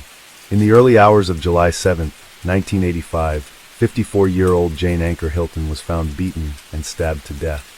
She was discovered in a bedroom at her employer's house, a house she moved into only the previous day, seeking refuge from a troubled marriage. Jane was discovered by two fellow housemates and her own daughter, Autumn. The murder made no sense, and the case dragged for 14 years, until two new detectives reopened the cold case in 1999. A misquote in an article led investigators to point the finger at Ricky Davis. Davis was eventually tried for the crime and convicted, all the while proclaiming his innocence. Determined not to give up, he sought help from the same justice system that put him behind bars. 15 years later, Davis was exonerated and the real killer found thanks to genetic genealogy testing and the determination of a group called the Innocence Project, who were determined to find the truth. Jane was a familiar face around El Dorado Hills, California. She was a columnist for Foothill Times. She often covered social events in and around town for the paper. Jane had 6 children whom she loved, and often wrote poetry to help inspire them daily. She'd been working toward getting her real estate license, and was married to Archie Hilton in 1984. However, by July 1985, their marriage started to fall apart. It was then she asked her employer, Wilma Klein, for assistance. Klein owned a fairly large home in El Dorado Hills. With her lived her daughter, Maureen Klein, and her boyfriend. Wilma's grandson, Ricky Davis, and his girlfriend, Connie Dahl, also occupied a room at the house. On July 6, 1985, Wilma welcomed Jane and her youngest daughter, 13-year-old Autumn Anchor, into her home. By all accounts, it was a full house. The first night of her new life would prove to be the night her life ended. At 3:30 a.m., Ricky Davis, then 20, and his girlfriend, 19-year-old Connie Dahl, returned from a party to find Autumn lingering about outside. She told them she was out late and afraid her mother was going to be angry. All three made their way into the house. There was blood in the hallway. It was silent as they reached the first room, belonging to Maureen, Ricky's mother. On the bed was the bloody body of Jane Hilton. She was not breathing. Maureen and her boyfriend had gone on a camping trip and were not home at the time. Ricky and Connie called 911. Paramedics and police arrived, but Jane was pronounced dead at the scene. She had suffered 29 stab wounds, was beaten and bitten on her shoulder. It was a senseless murder, and investigators began to interview those closest to Jane. Archie Hilton, Jane's estranged husband, was interviewed and provided detectives with an alibi and DNA. Archie had been the logical choice as he and Jane had been going through a rough patch. He, however, said that the marriage was not over and that there was no trouble between them. He was cleared and all leaves went cold. Ricky Davis and Connie Dahl both told investigators they arrived home in the early morning hours and found Autumn waiting outside. When they entered the house, they found the hallway carpet bloody. The blood trail led them to the master bedroom, where they found Jane lying dead on the bloodied mattress. They speculated that an intruder may have been responsible for the murder. For 14 years, the case remained unsolved. The cold case reopened in 1999. El Dorado County Sheriff's detectives Richard Strasser and Rick Fitzgerald retest with the investigation. After poring over paperwork, they zoomed in on a news article. Connie Dahl, former girlfriend of Ricky Davis and housemate of Jane Hilton, had given an interview to a reporter. She was quoted saying Hilton's body was lying in bed like someone placed her there in the position she would normally sleep in. This statement seemed to contradict a muffled audio recording of a statement that Davis had previously made. Detective Fitzgerald falsely thought he heard and say the body was found on the floor. Dahl was, at the time, serving a jail sentence in Oregon on unrelated charges. Detectives brought her in for an interview and began a 3-hour-long interrogation. Initially, Dahl stuck to her original story. Over the next 18 months, though, she would be interrogated 4 times. Detectives were found to have used techniques known to increase the chances of a false confession. Dahl was systematically forced into incriminating Davis and Jane's daughter Autumn in the murder. Dahl was threatened with the charge of murder. If she cooperated, though, she'd be given a lenient sentence of manslaughter and serve only a year. Detectives Strasser and Fitzgerald told Dahl that DNA evidence was going to be used to trace the suspect. In truth, no DNA evidence was brought into the case during that period. In truth, testing had not been done on the DNA recovered from the scene. By showing a crime scene photos and using facts from the crime, such as the bike mark on Jane's shoulder, investigators sped Dahl the information they wanted to hear. Over the course of the 4 interviews, Dahl was starting to break. She began remembering facts from the crud. This in turn allowed her to fabricate and create an entirely different account of events from the night of the murder. In one interview, Dahl said that Autumn was present during the murder of Jane and was sprayed with blood. In another, she confessed that she was probably the person that bit Jane on the shoulder. Dahl would say that the murder began with an argument between Davis and Jane. She alleged that Davis wanted Autumn to join them in a party. When Jane refused, Davis erupted in a fit of anger, leading to the death of Jane. Her story kept changing to fit the facts being fed. However, she couldn't remember the weapon used for the murder, or where it was eventually hidden. Dahl had implicated her ex-boyfriend Davis in the murder of Jane Hilton. He was near the prime suspect. Ricky Davis and Autumn Anker were also interviewed following the confession of Connie Dahl. Both Davis and Anker stuck to their original accounts of the crime. Detectives again lied to Davis, telling him that Anker had also implicated him in the murder. Anker told detectives she had no reason to protect Davis when they threatened her with culpability regarding the murder. Despite their interrogation techniques, detectives could not sway Davis or Anker to change their stories. They therefore used the confession of Dahl to arrest Davis. Dahl was offered a plea bargain to testify against Davis at his trial. Davis's first trial was declared a mistrial by jurors. His second, in 2005, would eventually convict him. Dahl took the stand and testified against Davis. She told the court of how she struggled with Jane and she herself accidentally bit the victim on the shoulder. She went on to say that she went outside as Davis continued the bloody assault on Hilton.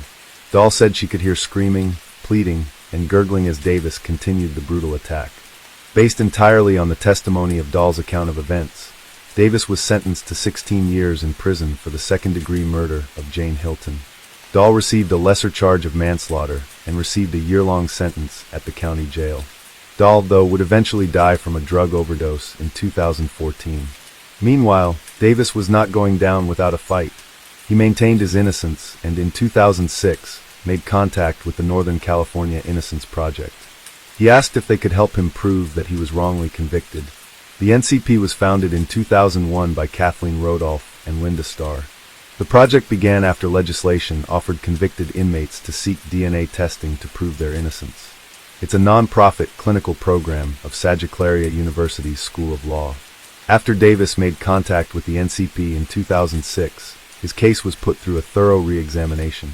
Cooperation between the NCP and the El Dorado County District Attorney's Office allowed for the DNA recovered from the crime scene to be retested post-conviction.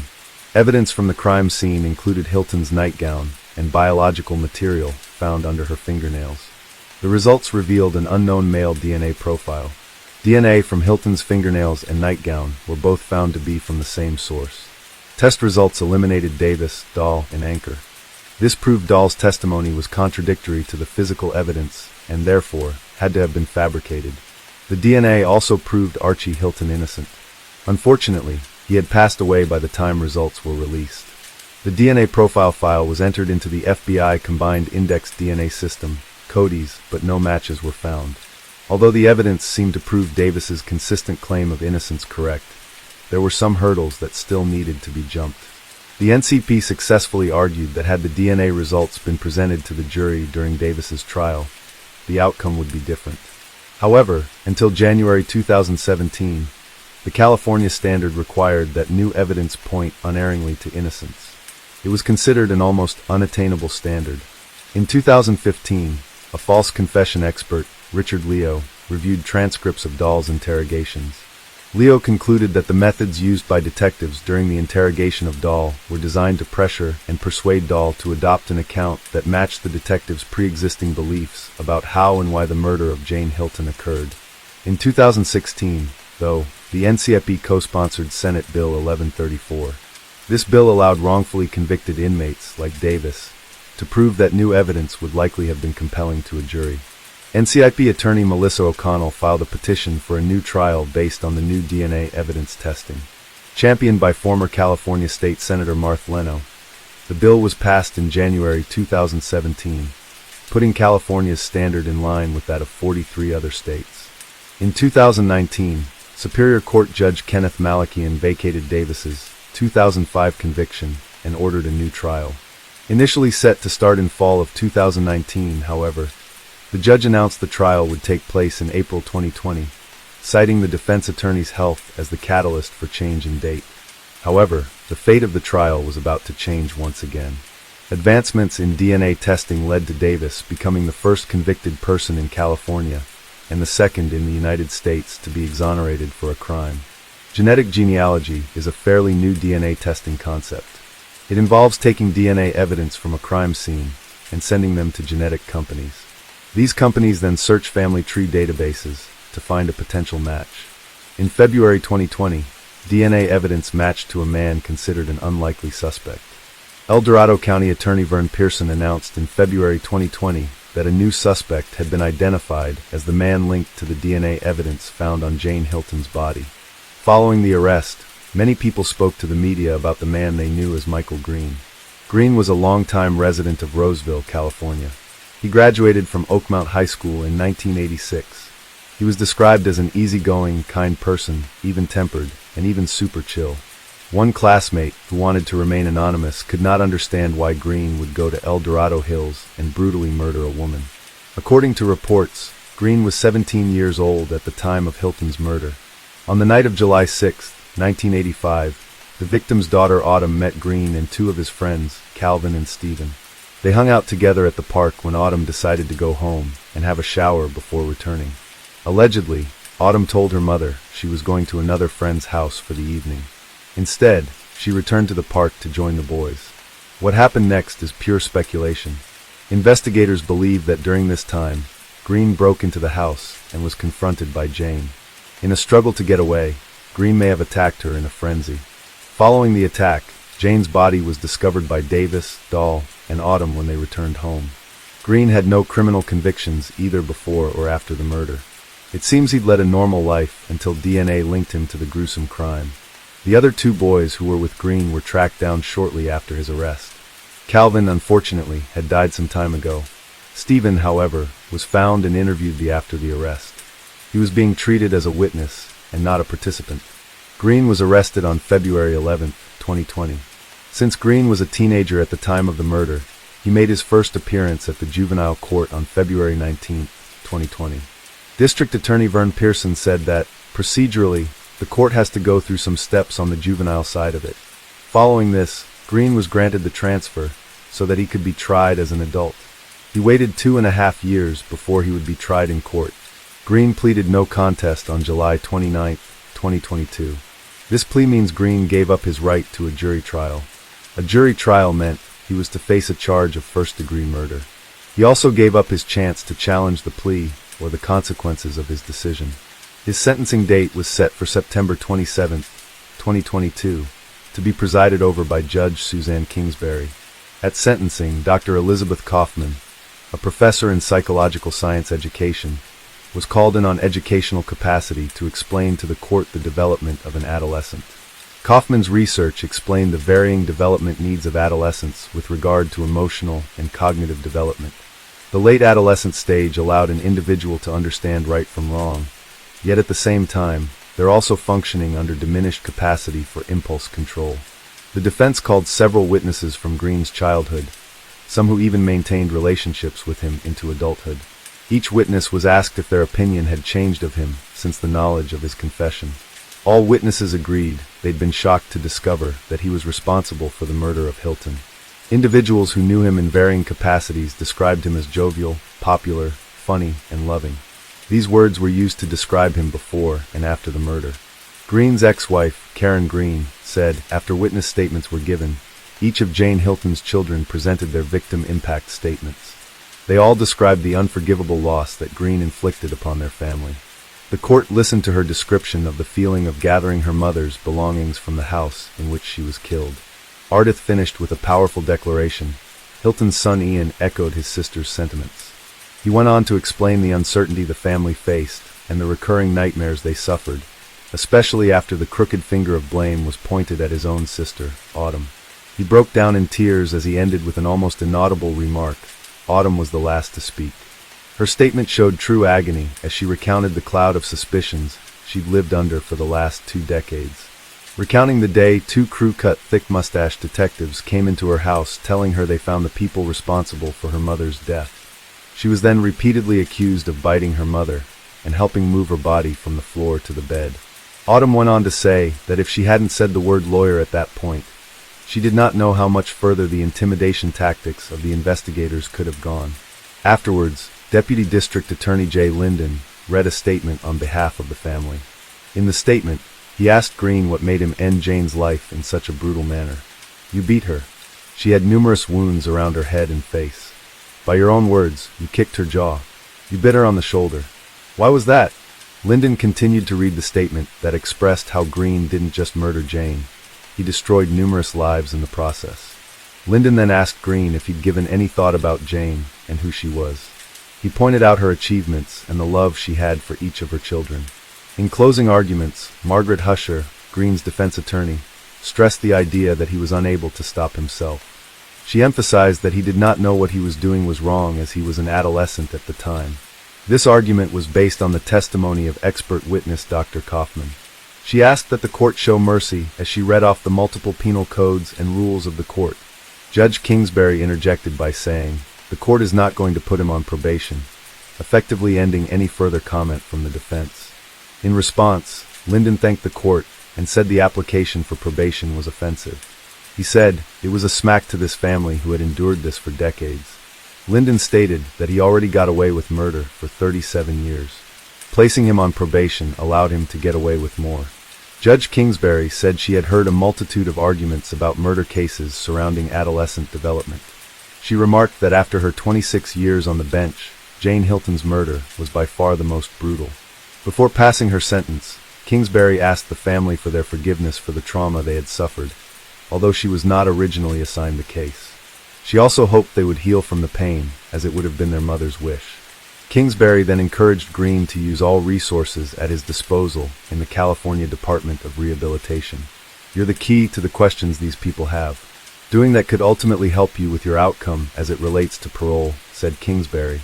In closing, Kingsbury pointed out that she had heard from his friends that there's a great side to him and that he has much to offer. She also said he was young enough to be released and live a productive life. Green was sentenced to 15 years to life and remaindered to the El Dorado County Jail. He will then be transferred to the California Department of Rehabilitation. Restitution will be decided after further consideration by the court. Davis was released on February 13, 2020, and planned to celebrate over pizza with his family. His lawyer, Melissa O'Connell, said he will be entitled to more than $750,000 in state compensation for the wrongful conviction. Although the amount was high enough for him to re-enter society and start afresh, O'Connell said it could not make up for the years of freedom that he lost. Davis went on to sue the state for damages covering the period from May 21, 2002 to February 13, 2020 for a whopping $18 million. The lawsuit names El Dorado County as well as former detectives Richard Strasser, Rick Fitzgerald, Bill Wilson, who's deceased and being sued through his estate, and Larry Hennig. Sheriff's Office pathologist Dr. Robert Anthony has also been included in the complaint. The Village Life newspaper reported that Davis was homeless after being released. The lawsuit is still pending as of 2022. In September 2022, California passed Assembly Bill 2644. This bill would, commencing January 1, 2024, prohibit law enforcement officers from employing threats, physical harm, deception, or psychological manipulative interrogation tactics, as specified during a custodial interrogation of a person 17 years of age or younger. The bill faced opposition, but District Attorney Van Pearson is urging all law enforcement to stop using intimidation tactics. Pearson stated that 10 years ago, he would have viewed the methods used to get a confession differently. However, after seeing the true impact it can have, he believed there is room for change. This also comes after research points to deceptive tactics being used for years by law enforcement that will presume guilt and focus on getting a confession rather than getting the full story. The The district attorney is implementing this new policy in his office and is urging other district attorneys to do the same. El Dorado County DA's office will now reject any case where the primary evidence is a confession obtained using threats, lies, or psychological manipulation interrogation tactics. These measures are to ensure that no one is ever again convicted based on a coerced false confession, like the case of Ricky Davis. Pearson personally apologized to all involved in the miscarriage of justice caused by the tactics used by then investigators into the brutal 1985 murder of Jane Hilton. After 37 years, the right man is finally facing justice. Yet the lives of so many were left broken by mistakes and false accusations. For Jane Hilton's family, hopefully they can now pick up the pieces after being divided over the innocence of their own sister, Autumn. Ricky Davis can never regain the liberty he lost, and Michael Green destroyed not only the lives of the victim's family and friends, but the lives that he touched in the years before and after the murder. What are your thoughts on today's case? Did Michael Green deserve the sentence he received? Does this clean record, minus the murder, make him innocent of intentional murder? How could he let an innocent man take the blame for his actions? Can Ricky Davis ever get his life back on track even when he does receive compensation? And why is it taking so long? The case of Matthew Winkler, Secrets of a Religious Family. Sometimes the most horrible and unpredictable crimes are committed in seemingly perfect families. Of course, even in the most prosperous unit of society can come crisis, which will be unnoticed by others, but literally poison the lives of all members of the family, and eventually lead to tragedy. The Winklers in the town of Selmer were considered by many to be a model family. The young pastor, his wife, and their 3 daughters looked happy, had everything they needed for a comfortable life, were healthy and successful, but in a quiet pool, as they say. In this case, many questions remained unanswered because we heard only one version of what happened, and the story itself became the subject of the book, Sex and Murder, Secrets of a Pastor. March 22, 2006, the small town of Selmer, Tennessee shook the terrible news. A 31-year-old pastor named Matthew Winkler was brutally murdered in his own home, and his wife Mary and their 3 daughters, 8-year-old Patricia, 6-year-old Maria Eliza, and 1-year-old Brianna disappeared without a trace. That day, the preacher of the Church of Christ did not show up for the evening service where he was supposed to attend with his family. This circumstance seemed strange and suspicious because Matthew was always very responsible and could not miss the planned event without informing anyone. None of the family members also answered the phone, which was even more disturbing. Alarmed community members decided to go to the Winklers' residence to find out what had happened and if they needed help. From the outside, the house looked normal, the windows and doors were intact, and nothing suspicious was visible.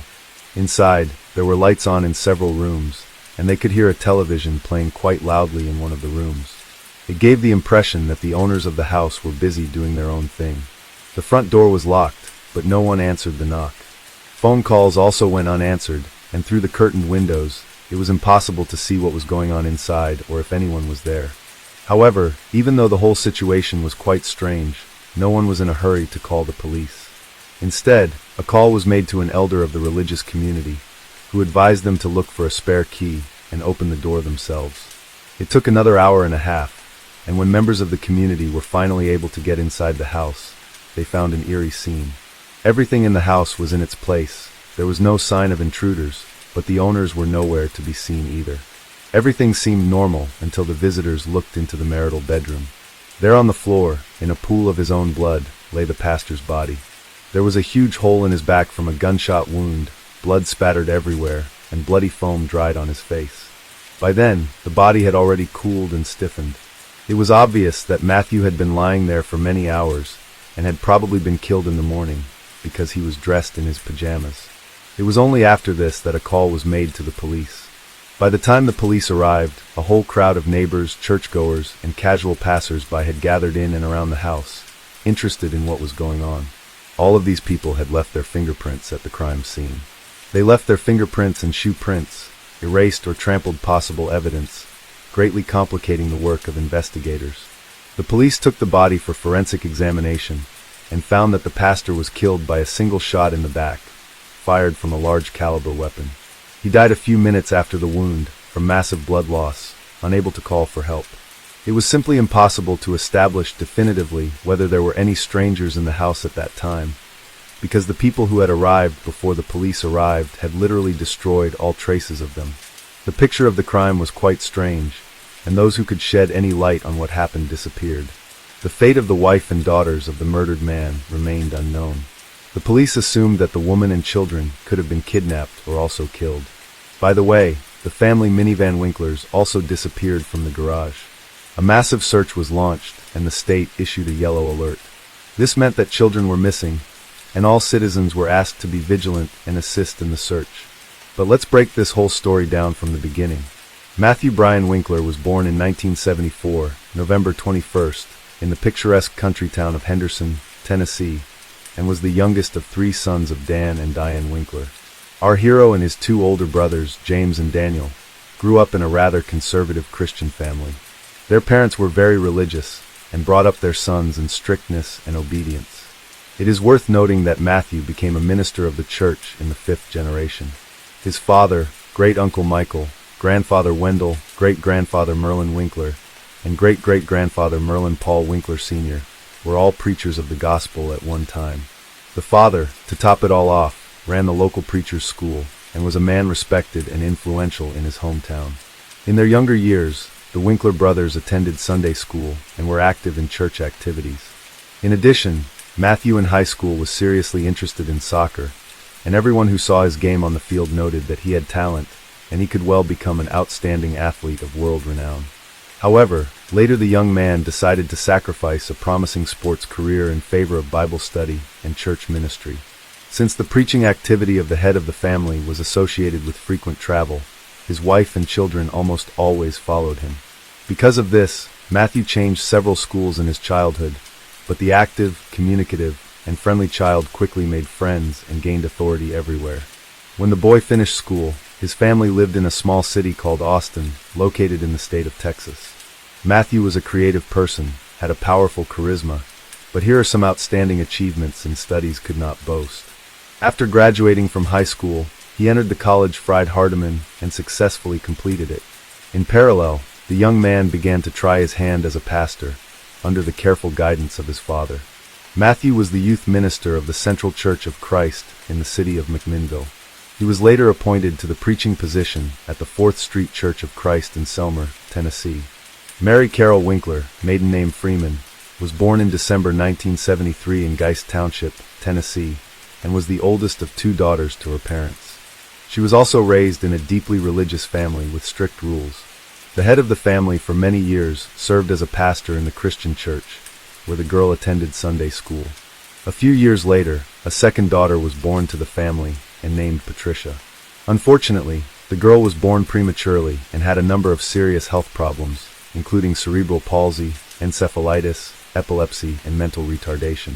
For many years, the parents did not want to put up with the disappointing diagnoses of the child and desperately tried to treat her, agreeing even to experimental therapy. However, it did not bring any particular improvement. Mary tenderly loved her little sister, always treated her with awe, and cared for her as best she could.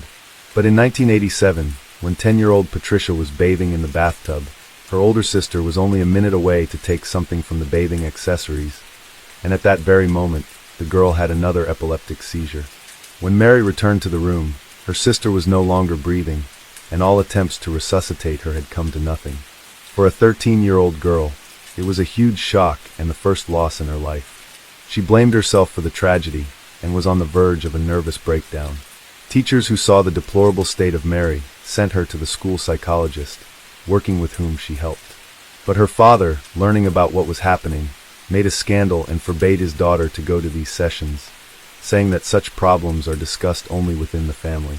In fact, the girl never received real moral support from her parents. Mary grew up modest and quite shy. She tried to avoid any conflicts, and after the tragic death of her little sister, she became withdrawn.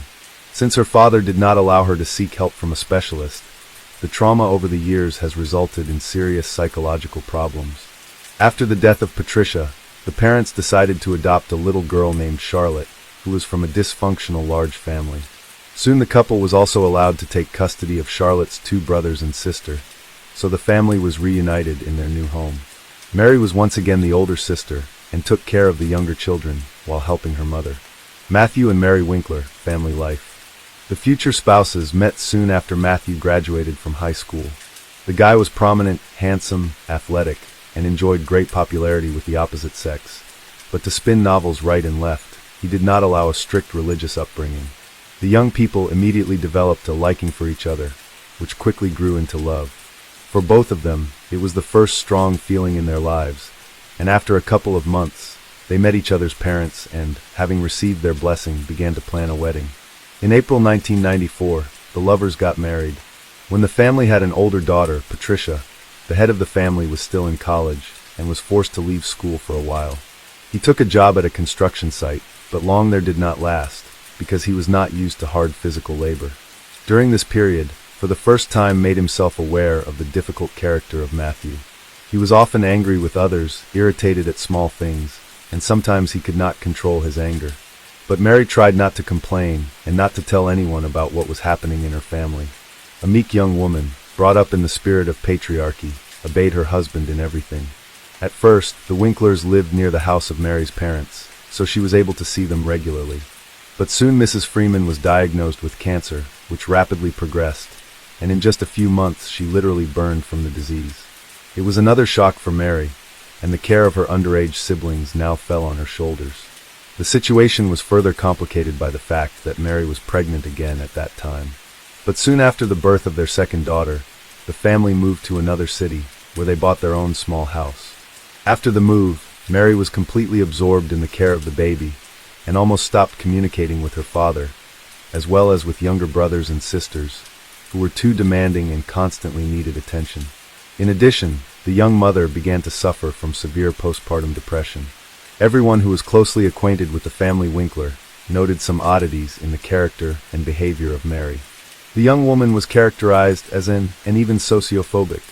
She did not communicate with anyone. It was difficult for her to make new acquaintances, much less friendships.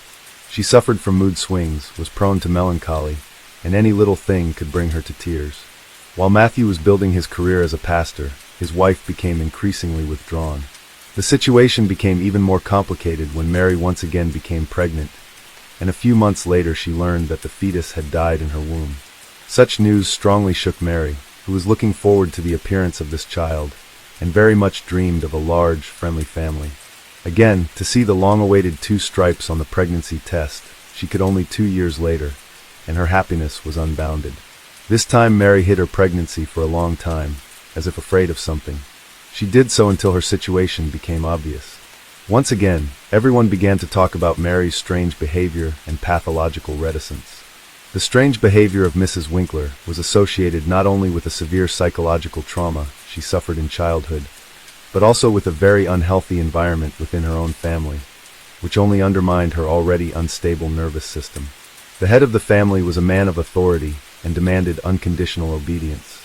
Despite the fact that in public the Winklers looked like an ideal married couple, where there was trust, mutual respect, and harmony, in reality their neighbors have repeatedly heard how the husband shouted and snapped at his wife for no apparent reason. No one could even imagine that a respected pastor could raise a hand on his wife until one day Mary had a huge black eye. Despite the fact that she denied the fact of domestic violence and said that it was an accident, the city quickly spread rumors about the cruelty of a young preacher who beats the mother of his children. In addition, Matthew at some point developed an irresistible urge to experiment in bed. He offered his wife to diversify their intimate life with role-playing games, adult toys, and so on. But for Mary, brought up in strictness with conservative views, such was unacceptable. She strongly restricted her husband in this, which infuriated him, and he repeatedly tried to get what he wanted by force. One day after another abuse in bed, Mary called her only close friend in tears and complained to her about the situation. The friend, who promised to keep her secret, immediately blabbed about everything, which provoked a new wave of rumors and gossip about the unacceptable behavior of the clergyman. At that time, Matthew was up for promotion and aspired to be a local church leader, but he was rejected because of rapidly spreading unpleasant rumors about him. Moreover, he was also removed from his position in the Sunday school, where he had brought God's word to the children and was in good standing. This was requested by the parents, who had also heard about the pastor's peculiar predilections. All this forced the family to leave their residence and move to another city where they planned to start over. They settled in Selmer, where they quickly gained the love and respect of those around them. Matthew took a job as a church pastor again, and his wife found a part-time job to make a small contribution to the family income. And although the family was still not smooth, their neighbors, as well as the congregation of the church where Matthew preached, considered Mary and Matthew an ideal couple and their family a model. Next door to the Winkler family lived a young married couple, with whom the couple quickly became friends. They often visited each other, celebrated holidays together, shared news and secrets. A few months before the tragedy, during a joint dinner at the pastor's house, Mary bragged to the neighbors that her husband had bought her a gun for self-defense and had already taken her to the shooting range several times to learn how to handle it confidently. Mary turned out to be quite a capable student, quickly mastered all the subtleties, and accurately shot at targets. Moreover, it turned out that the Winklers already had firearms in the house, which had been purchased by the pastor earlier, also for self-defense. The guests wondered why the pastor and his wife needed all this, because they live in a quiet town where they have no enemies, and everyone around them loves and respects their family. After another move of the couple, their financial situation left much to be desired. Mary was in search of various part-time jobs, and she also decided to get a medical degree to them, get a job in a clinic, and help sick children. Soon Mary decided to improve the financial condition of their family through financial fraud. She herself later claimed that she did not realize that she was doing something illegal and was going to pay back all the money as soon as she got back on her feet. What Mary was doing is commonly referred to as artificially inflating account balances. Mrs. Winkler also received checks from unspecified sources and then deposited them into a bank account she and her husband owned. She then changed the address of the account so that all communications would be routed there.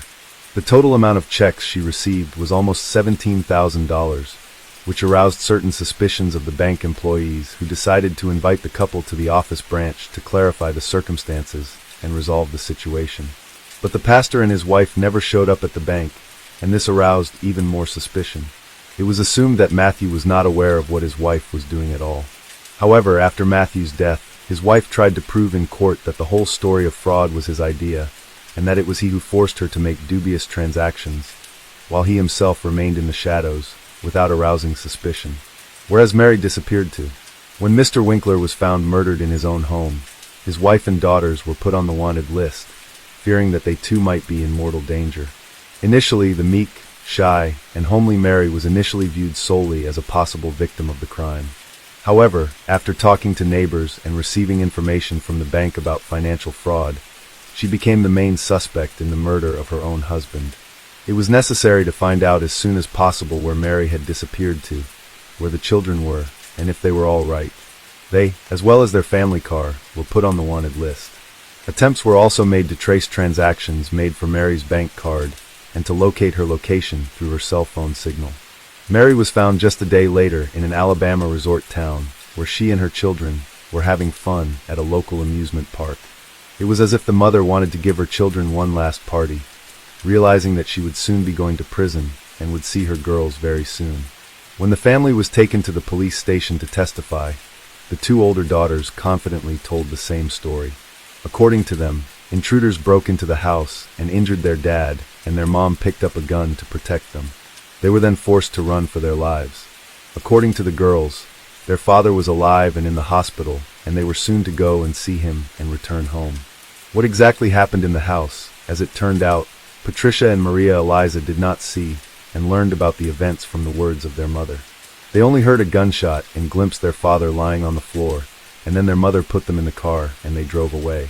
Mary almost immediately began to confess, but she claimed that she could not reconstruct the entire chain of events of that day, referring to the temporary blur. According to her, her spouse had abused her for years, humiliating her and inducing her to forms of intimacy that were unacceptable to her. Mary insisted that it was he who had initiated the financial scam she had perpetrated. Matthew demanded total obedience, easily lost his temper, and once gave the will of his fists. This was confirmed by Matthew's secretary at his previous place of employment. The woman repeatedly witnessed how the pastor insulted his wife, who carefully brought him lunch to church, but he was always dissatisfied with something. The evening before the tragedy, there was another scandal in the family, because of which the spouses went to bed in separate rooms. Mary cried all night, and in the morning she did not realize how in her hands was a shotgun, which her husband kept loaded. She entered Matthew's room and shot him in the back while he was still lying in bed. Matthew collapsed to the floor, bloody foam oozing from his mouth and nose. According to Mary, her husband, while still alive, whispered, "Why?" To which she replied, "I'm sorry, I'm so sorry." Mary then took her daughters and left the house, and her husband, as experts have established, tried to reach for the phone to call for help, but he no longer had the strength to do so. By the way, the weapon of crime was found in the trunk of the car on which Mary left with the children. For what purpose she took it with her, Mrs. Winkler also could not answer. At the trial, the role-playing costumes found in their home were presented as evidence of the pastor's humiliation and moral abuse of his wife. Upon seeing them, Mary turned pale and then became hysterical. Despite the fact that she confused her testimony and told several different versions of what happened, the court agreed that she was the victim of a domestic tyrant, and the murder was the result of years of anger, resentment, and pain. However, this did not absolve Mary of responsibility for what she had done. In April 2007, the court delivered its final verdict in this complicated and confusing case. Mrs. Winkler was found guilty of involuntary manslaughter, but her mental state raised many questions. It was originally expected that the young woman would be sent to prison for at least 6 years, but in the end, she was given a sentence of less than 1 year. She spent 2 months of that sentence in a psychiatric hospital, where experts were trying to determine whether she could regain custody of her children upon release. In the summer of 2008, Mary was given sole custody of her daughters, who all this time lived with their paternal grandparents. Matthew's parents were extremely upset by this circumstance. They believed that their daughter-in-law had deliberately killed their son and suffered virtually no punishment for it, and now their granddaughters were given full custody of her. However, all their numerous attempts to file appeals had failed. As for the fraud case, it never went to trial. The bank never filed formal charges, and the whole story was dropped. Hello friends, welcome to our channel. Today we're going to take a look at another horrible case with you. The case of Sir Ben McLaughlin. On February 28, 2006, McLaughlin was found deceased in a locked bedroom at her residence in Natchitoches, Goldstown, Dublin 14. At first, it appeared as if she had tragically taken her own life. But within hours, the members of the McLaughlin family were convinced that she had been brutally murdered. Sir Ben was one of 8 children, 7 girls and 1 boy, born to her parents, Ewan and Deja McLaughlin. Sir Ben worked as a chef in the canteen of an electrical firm. In 1989, at the age of 21, she met a man named Brian Carney, who was 31 years old. Brian worked as an electrical engineer for the same firm, which was a very good job. Sir Ben lived in an apartment, while Brian lived with his toddler daughter, Aisling, from a previous relationship. Brian's wife and the mother of his child had passed away from natural causes a few years before Sir Ben and him met. Brian was raising his daughter alone. Eventually, Sir Ben would move in with Brian and his daughter. They renovated this house and then decided to sell it. Sir Ben decided to set up her own catering business, as she had trained at the Shelburne Hotel, and she was ahead of her time when it came to food. She used ingredients that were uncommon in Ireland during the 90s, but would now be considered standard. The era of meat and potatoes had passed.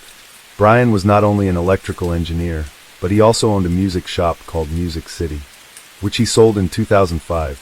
In 1995, the couple got engaged, but then split up. They did keep in touch with each other over the years, meeting for dinner every few months. While they were separated, Brian never entered into any other relationship, and eventually they reconciled. In January 2002, they got married and Sir Ben was expecting a baby. Their son, Daniel, was born 6 months later. That same year, Brian and Sir Ben traveled to Spain on holidays, with the prospect of buying a boat. But while there, they came across a 200-year-old merchant's mansion on the island of Mallorca in Spain. They bought it and converted it into a boutique hotel. It had 6 luxury bedrooms and a heated outdoor pool. The couple bought the property for €2.5 million and oversaw most of renovations themselves. Sir Ben was a visionary, traveling from place to place, collecting pieces for the hotel, along with her impeccable taste and furnishings. Sir Ben's culinary skills were what would make the hotel a success. The hotel opened in January 2003, and Sir Ben's barbecues quickly became a highlight of guest stays and were popular among the locals. Sir Ben and Brian would regularly travel back and forth between Mallorca and Ireland.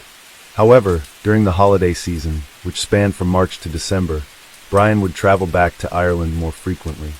This meant that Sir Ben was left in charge of running the business in Mallorca, while also raising their son, Daniel. Later, people who knew Sir Ben would say that towards the end, they could see that she was not happy and was exhausted from doing everything. They felt there was an atmosphere of tension when Brian was around. However, because Jovan's family was so large, Sir Ben would frequently receive visits from one or a few of them, and she was very glad to see them. These visits seemed to lift her spirits and put a pep in her step. Sir Ben was very independent, but she also greatly valued the closeness of her family. A few years into owning the property in Spain, Brian and Sir Ben decided to build a new house beside their property in Dublin, hoping to sell the original house and move into the new house or rent out either of the properties. Sir Ben came home to Dublin for the break. In 2006, she consulted a lawyer about legally separating and what she had to do. The solicitor advised her to keep a diary of the goings-on between herself and Brian. She enrolled their son Daniel in a local school and was going to approach Brian about her and their son moving into the new house that was being built next door. While Sir Ben loved what she had built out there, she was very much on her own, overworked, and trying to raise their son with no family around her for support. On the morning of Tuesday, the 28th of February, 2006, it was Brian's birthday. Sir Ben's sister Niamh arrived at Sir Ben's house as usual. While she normally arrived at 9 a.m. to leave her car in the driveway and catch the bus into the city, this morning she did not arrive until 9:30 a.m.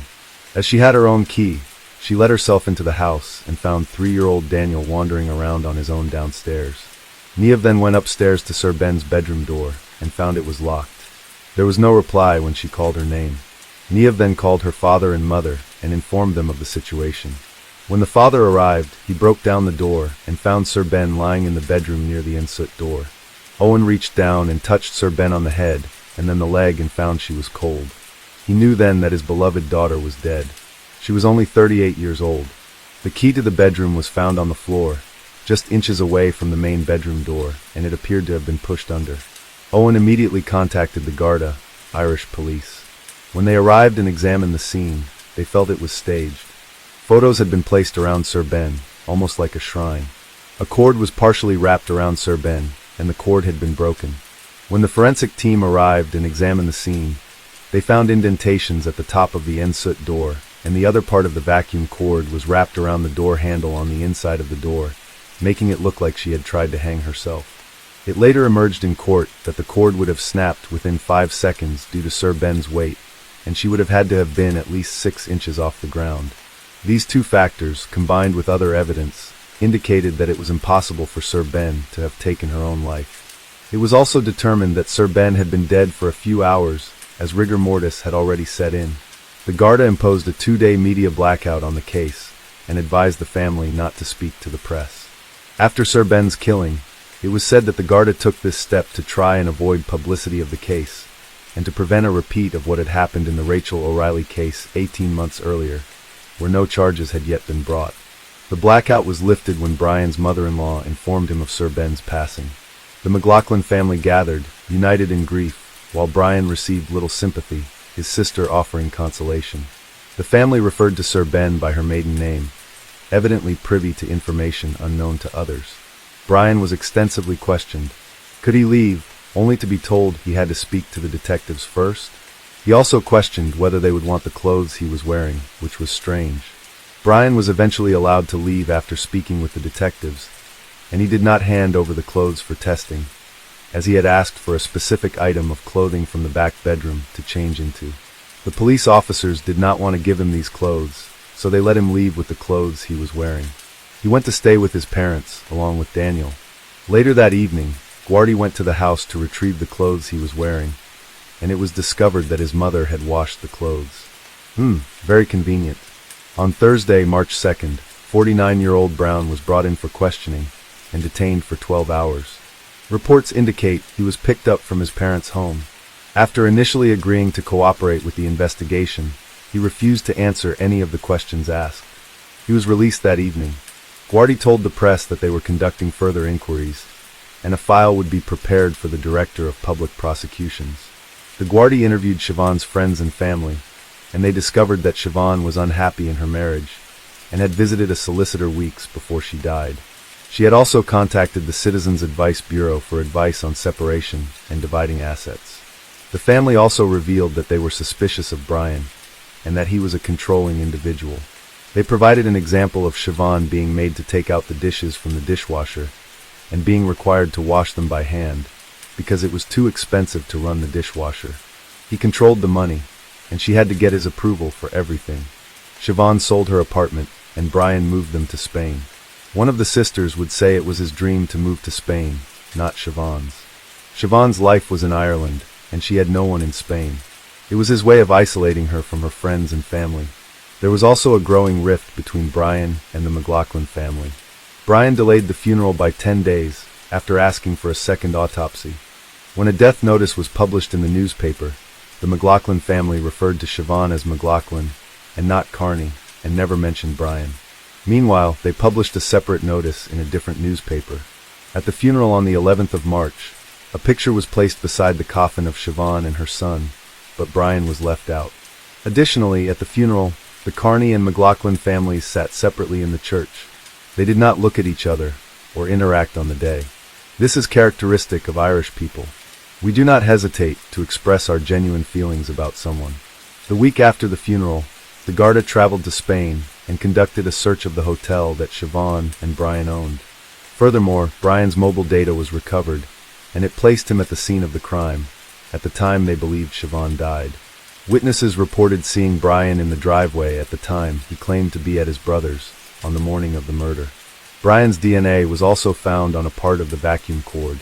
On June 22, 2006, Brian was arrested again and questioned at Dundrum Garda Station.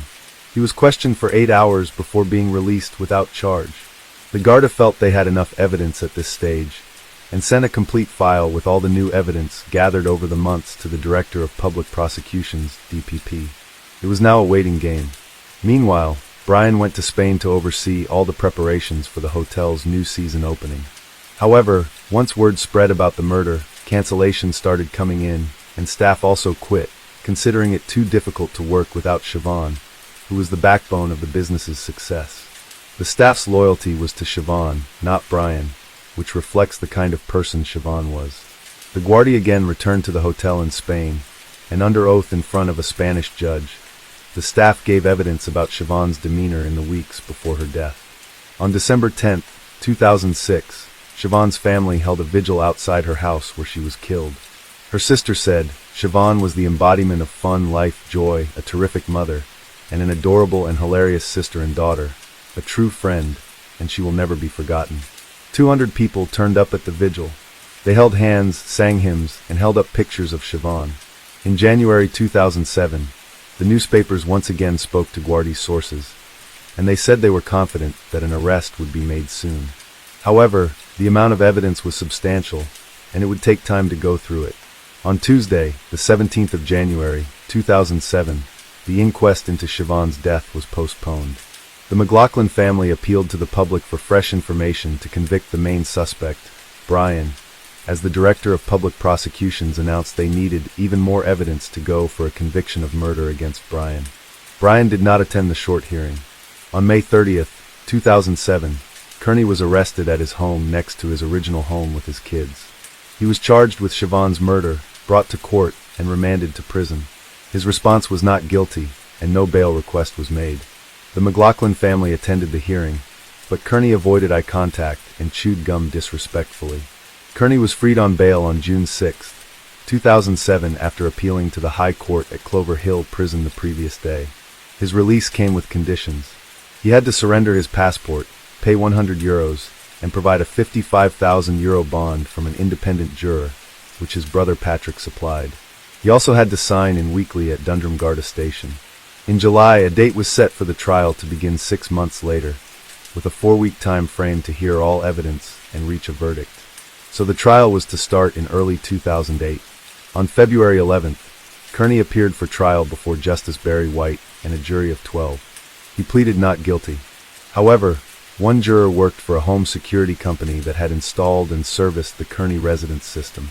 While the defense was willing to continue with 11 jurors, the prosecution objected and the judge agreed. The jury was dismissed and a new one sworn in a week later. It was the prosecution's case that Kearney had murdered Siobhan, tried to stage it as a suicide, and left his son alone before going to work. The McLaughlin family testified about the events, and Siobhan's father found her dead. Her mother also recounted the morning's happenings, including Neve's wrong actions towards the Kearney. She said when Kearney arrived home, she broke the news to him that Siobhan was dead upstairs. When she had been on the phone with him, she had not told him what was wrong, and Kearney never asked. Deja also confirmed that in 1999, Siobhan had signed herself into the St. John of God psychiatric unit after suffering from stress at work and what was described as a little breakdown. But after 5 days, she returned to work. Bridget, Siobhan's sister, stated that in 2005, Kearney phoned her to say that Siobhan was suffering from her nerves again, but when Bridget phoned Siobhan, she was perfectly fine. Ward, who worked for Colors Electrical with Kearney, said Kearney was in the habit of arriving to work between 8:30 a.m. and 9 a.m., but on the morning of Siobhan's murder, he arrived extra early, between 7:50 a.m. and 8 a.m. A solicitor confirmed that multiple letters regarding the separation had been sent to Kearney, but he never responded to any of the correspondence. Kearney's statement to the guards was then read aloud. Kearney told the security guards that on the morning of Siobhan's death, he had noticed her door was locked.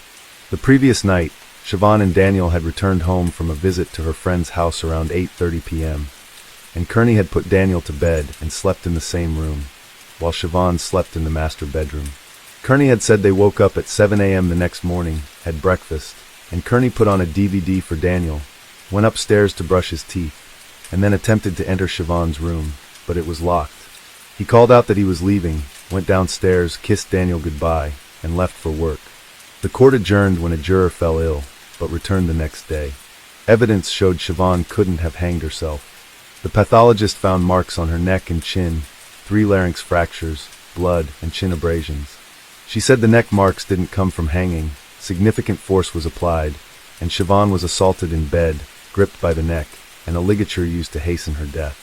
The security guards reported no signs of forced entry, as the house's windows and doors were in good working condition. The alarm company confirmed that the system was activated at 10:50 p.m. the previous night, and then immediately deactivated, and it was reactivated at 7:37 a.m. the next morning, before being turned off again. A thorough search of the Kearney residence uncovered a diary in the airing cupboard, and the writing inside was confirmed to be Siobhan's by her sister. Siobhan's solicitor had advised her to maintain a diary documenting the events of her marriage to Kearney. Additionally, Siobhan's passport was found wrapped in sheets and clothing in another area, and a €500 note was discovered in a drawer among wrapping paper. A financial forensic agent was next to take the stand. Kearney did own properties in Ireland and had a stake in the electrical business, plus the hotel, but while he was asset rich, he was cash poor. On Monday, the 3rd of March, closing arguments began. The defense were first, and they said the prospect of splitting with Siobhan did not suit Kearney financially. He wanted to sell one of the houses at Knocknashie, but if Siobhan wanted to move into one of them, this would not be an option, and Kearney would have to work out his debt. In some other way, the fact that Siobhan had started to squirrel away money, hide her passport, keep a diary of her relationship with Kearney, and send solicitor letters showed her seriousness about leaving him. Siobhan was looking forward to her future and making plans, which showed that she was not suicidal. The evidence shown by forensics also showed that it was next to impossible that she had taken her own life. Kearney even admitted that he, Siobhan, and their son had been the only ones present that night. The defense recommended caution, as the prosecution had shown no hard evidence, and it was all circumstantial evidence. They said the jury needed to pay attention to what was missing in the case. There was no history of violence, no custody dispute, no alcohol abuse or jealousy. The jury was asked to ignore the emotions of the McLaughlin family when they were giving evidence. It is known that there doesn't have to be outward signs of abuse, as it's the rabbit hole of a course of control, which the family would say there was plenty of. Siobhan was strangled, and she had known Kearney since a very young age. There were no visible signs of physical violence, but there were extreme levels of control, like Kearney telling her to take the dirty dishes out of the dishwasher and hand wash them, because it would cost too much money. When Siobhan finally said she was going to a solicitor, that's when Kearney couldn't cope and he took her life. Coercive control is considered a form of domestic abuse, even if there is no physical violence. This is a growing issue that we are only now starting to address in the 2020s. On the 4th of March, Justice Barry White charged the jury and referred to the victim as Rachel rather than Siobhan in his summing up, which was a terrible mistake. It so happened that at the same time he was overseeing the case of Rachel O'Reilly, and he apologized. It wasn't the first or the last time that both women would be mentioned in each other's trial, as they both had died within 18 months of each other, under similar circumstances.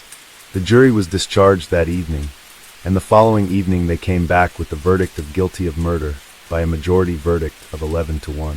The McLaughlins wept and hugged each other as the verdict sunk in. Kearney made no reaction, but his daughter who sat next to him wept, and Kearney took his wedding ring off and took his wallet out and handed them to her. Kearney was sentenced to life there and then, and the McLaughlins asked to give a victim impact statement, but this was denied, which I don't understand why. Kearney was escorted to a van and brought to Whitfield Prison to start his sentence. Kearney lodged an appeal straight away, and it was heard in 2009, and the three-judge panel dismissed the appeal. In 2012, Kearney was refused permission to bring his appeal to the Supreme Court. 7 years later, in 2019, Kearney's applications for parole were refused on 2 occasions. Kearney's sister told her local radio news network that the parole board had recommended Kearney for 2 outside prison visits with his family, suggesting they were preparing him for release. However, the parole board will only recommend his release if he admits his guilt, which he has never done. As of 2022, although the Minister for Justice has the final say on any release, Kearney remains incarcerated. In prison, Kearney is a trained counselor to help other inmates with their mental health and works for the organization the Samaritans. He is also trained in first aid. While in prison, he decided to sell the hotel in Spain, but then took it off the market in 2010. The hotel was then run by his brother Patrick and his wife, and it is still open, although it may be under new ownership since then. Kearney said he wanted to keep the hotel in order to facilitate his son's education. The McLaughlin family sought to adopt Daniel, but it's unclear whether they did or how he is doing, which is good, as he deserves some peace, as does his half-sister Aisling. A family with 3 children lived in the house where Siobhan was murdered, but it was up for sale for €1.4 million back in 2008. It's presumed that it has been sold since then. Kearney's daughter did live in the new house while he was still a free man, but there have been no updates on her either. If Kearney decided to sell off all his assets and pay off his debts, he will have a significant amount of money when he gets out, and he may even become a millionaire. The family were considering suing him for Siobhan's chair, at least, if not all, but there are no public details on this. Siobhan's sister Aisling released a statement after Kearney's conviction, saying that while their lives were utterly destroyed by Siobhan's death, Siobhan had now got justice. They are grateful to have known, and had someone as special as Shawnee in their lives, which was their nickname for her. However, they miss her every hour of every day, and the unbearable longing to see her and protect her never leaves them, even though they know it's too late. Hello friends, welcome to our channel. Today we're going to take a look at another horrible case with you, the case of Alicia Ross. A young Canadian woman named Alicia Ross vanished without a trace from her own bedroom in the middle of the night. The police were unable to find either a body or any significant evidence, and as a result, the investigation merely stagnated. The case might have remained unsolved had the criminal not turned himself in to the police. Alicia Ross was born on February 8, 1980, in the Canadian city of Markham, in the province of Ontario. There is no information about her biological parents, but it is known that they gave up their rights to the child, and she was adopted at a few months old by a couple named Marvin and Sharon Ross. Her adoptive parents provided her with love and care, and they did everything to ensure that their daughter had everything she needed and could fully develop her talents. When Alicia started school, her adoptive parents decided to divorce, but they maintained a friendly relationship and continued to participate together in their daughter's life. Soon, Sharon remarried, and her new husband, named Julius Forrest, treated the child as if she were his own daughter. The girl performed well in school, demonstrated exceptional skills in drawing, and also developed a passion for photography and a love for discovering new cities and countries. After finishing school, she spent a year in Australia, where she traveled and enjoyed life before returning home and enrolling in university in the summer of 2005. The 25-year-old Alicia went on a hiking trip in the mountains with her friends, where she met a young man named Sean, with whom she began a romantic relationship in early July. He was 4 years older than her, but the small age difference did not bother the couple. On August 16th, the young woman, along with her adoptive mother and their dogs, went for a stroll in the park. Alicia appeared cheerful and shared that she was expecting a promotion at work to the position of senior sales manager in the coming days. She was very proud, as she had been working hard for a long time, and her efforts were about to be rewarded. Additionally, the young woman discussed her boyfriend, Sean, whom she had been dating for just over a month, but seemed deeply in love with. Alicia hoped that this romance could grow into something more meaningful in the future, and expressed a desire to introduce her new boyfriend to her adoptive parents by arranging a family dinner. After her walk in the park, the mother returned home, and her daughter went on a date with her sweetheart. She promised not to be gone long, as she had to get up early for work the next day, where her promotion was to be decided. The women said their goodbyes and went their separate ways. Sharon never saw her daughter alive again. The mysterious disappearance of her own house, that meeting with Sean, is what led to the unsolved case. Alicia invited him to her house, and they had a great time together. Around midnight, the young man went home, and Alicia accompanied him to the door, which served as a second exit from the backyard. They said goodbye with a kiss, and he left, promising to call her as soon as he got home. Around midnight, as promised, Sean called his girlfriend, but she didn't answer the phone. He wasn't overly concerned, thinking Alicia had simply fallen asleep since she had to get up early for work. However, the next morning, when he tried to call her again, and she still didn't pick up, he became genuinely worried and contacted a mutual acquaintance who worked in the same office as Alicia. From her, he learned that Alicia hadn't come to work, and he immediately rushed to her house. On August 17th in the morning, Sharon and Julius planned to play golf with friends and left the house at 10. They saw their daughter's car in the driveway, but assumed someone had taken her, so they went about their day. A while later, Sean went to Alicia's house, but couldn't find her, so he called the police to report her missing. He then called Sharon to inform her. The couple rushed home, where the police were already there. Sean was the first to notice Alicia was missing, and informed the police. He was also the last to see her, the night before she disappeared, saying they had parted ways at the gate around midnight, and hadn't heard from her since. When Sharon and Julius approached the house, law enforcement was already there, inspecting the area, and speaking with Sean, who had called them. The young man appeared visibly nervous and distraught. When the mother looked into Alicia's room, she immediately noticed that all her daughter's personal belongings, which she never left the house without, were in their places. Her purse, passport, driver's license, keys, cell phone, as well as her bank cards and cash, were all left in the room, suggesting she wouldn't have gone anywhere, let alone left without them. The gate was open but not forced, implying that the missing person either let her abductor in, or willingly left with someone from the yard. In the backyard, the police found some disturbance. The lawn and flowers in one area were trampled, as if someone had fallen there. Also, a pair of cigarettes and the right sandal of the girl, the one she had been wearing the evening before, were found on the ground, laid out in a straight line. Neither Alicia nor her parents smoked, so the cigarettes did not belong to them, and Sean claimed he never smoked that particular brand, leaving the ownership and arrangement of the cigarettes unclear. Sean was almost immediately considered the prime suspect. Firstly, he was noticeably nervous, and his account seemed somewhat confused and disjointed. Secondly, he was the first to report his girlfriend's disappearance to the police, even before speaking with her parents and confirming that they too had not seen her. Thus he definitely knew she was missing.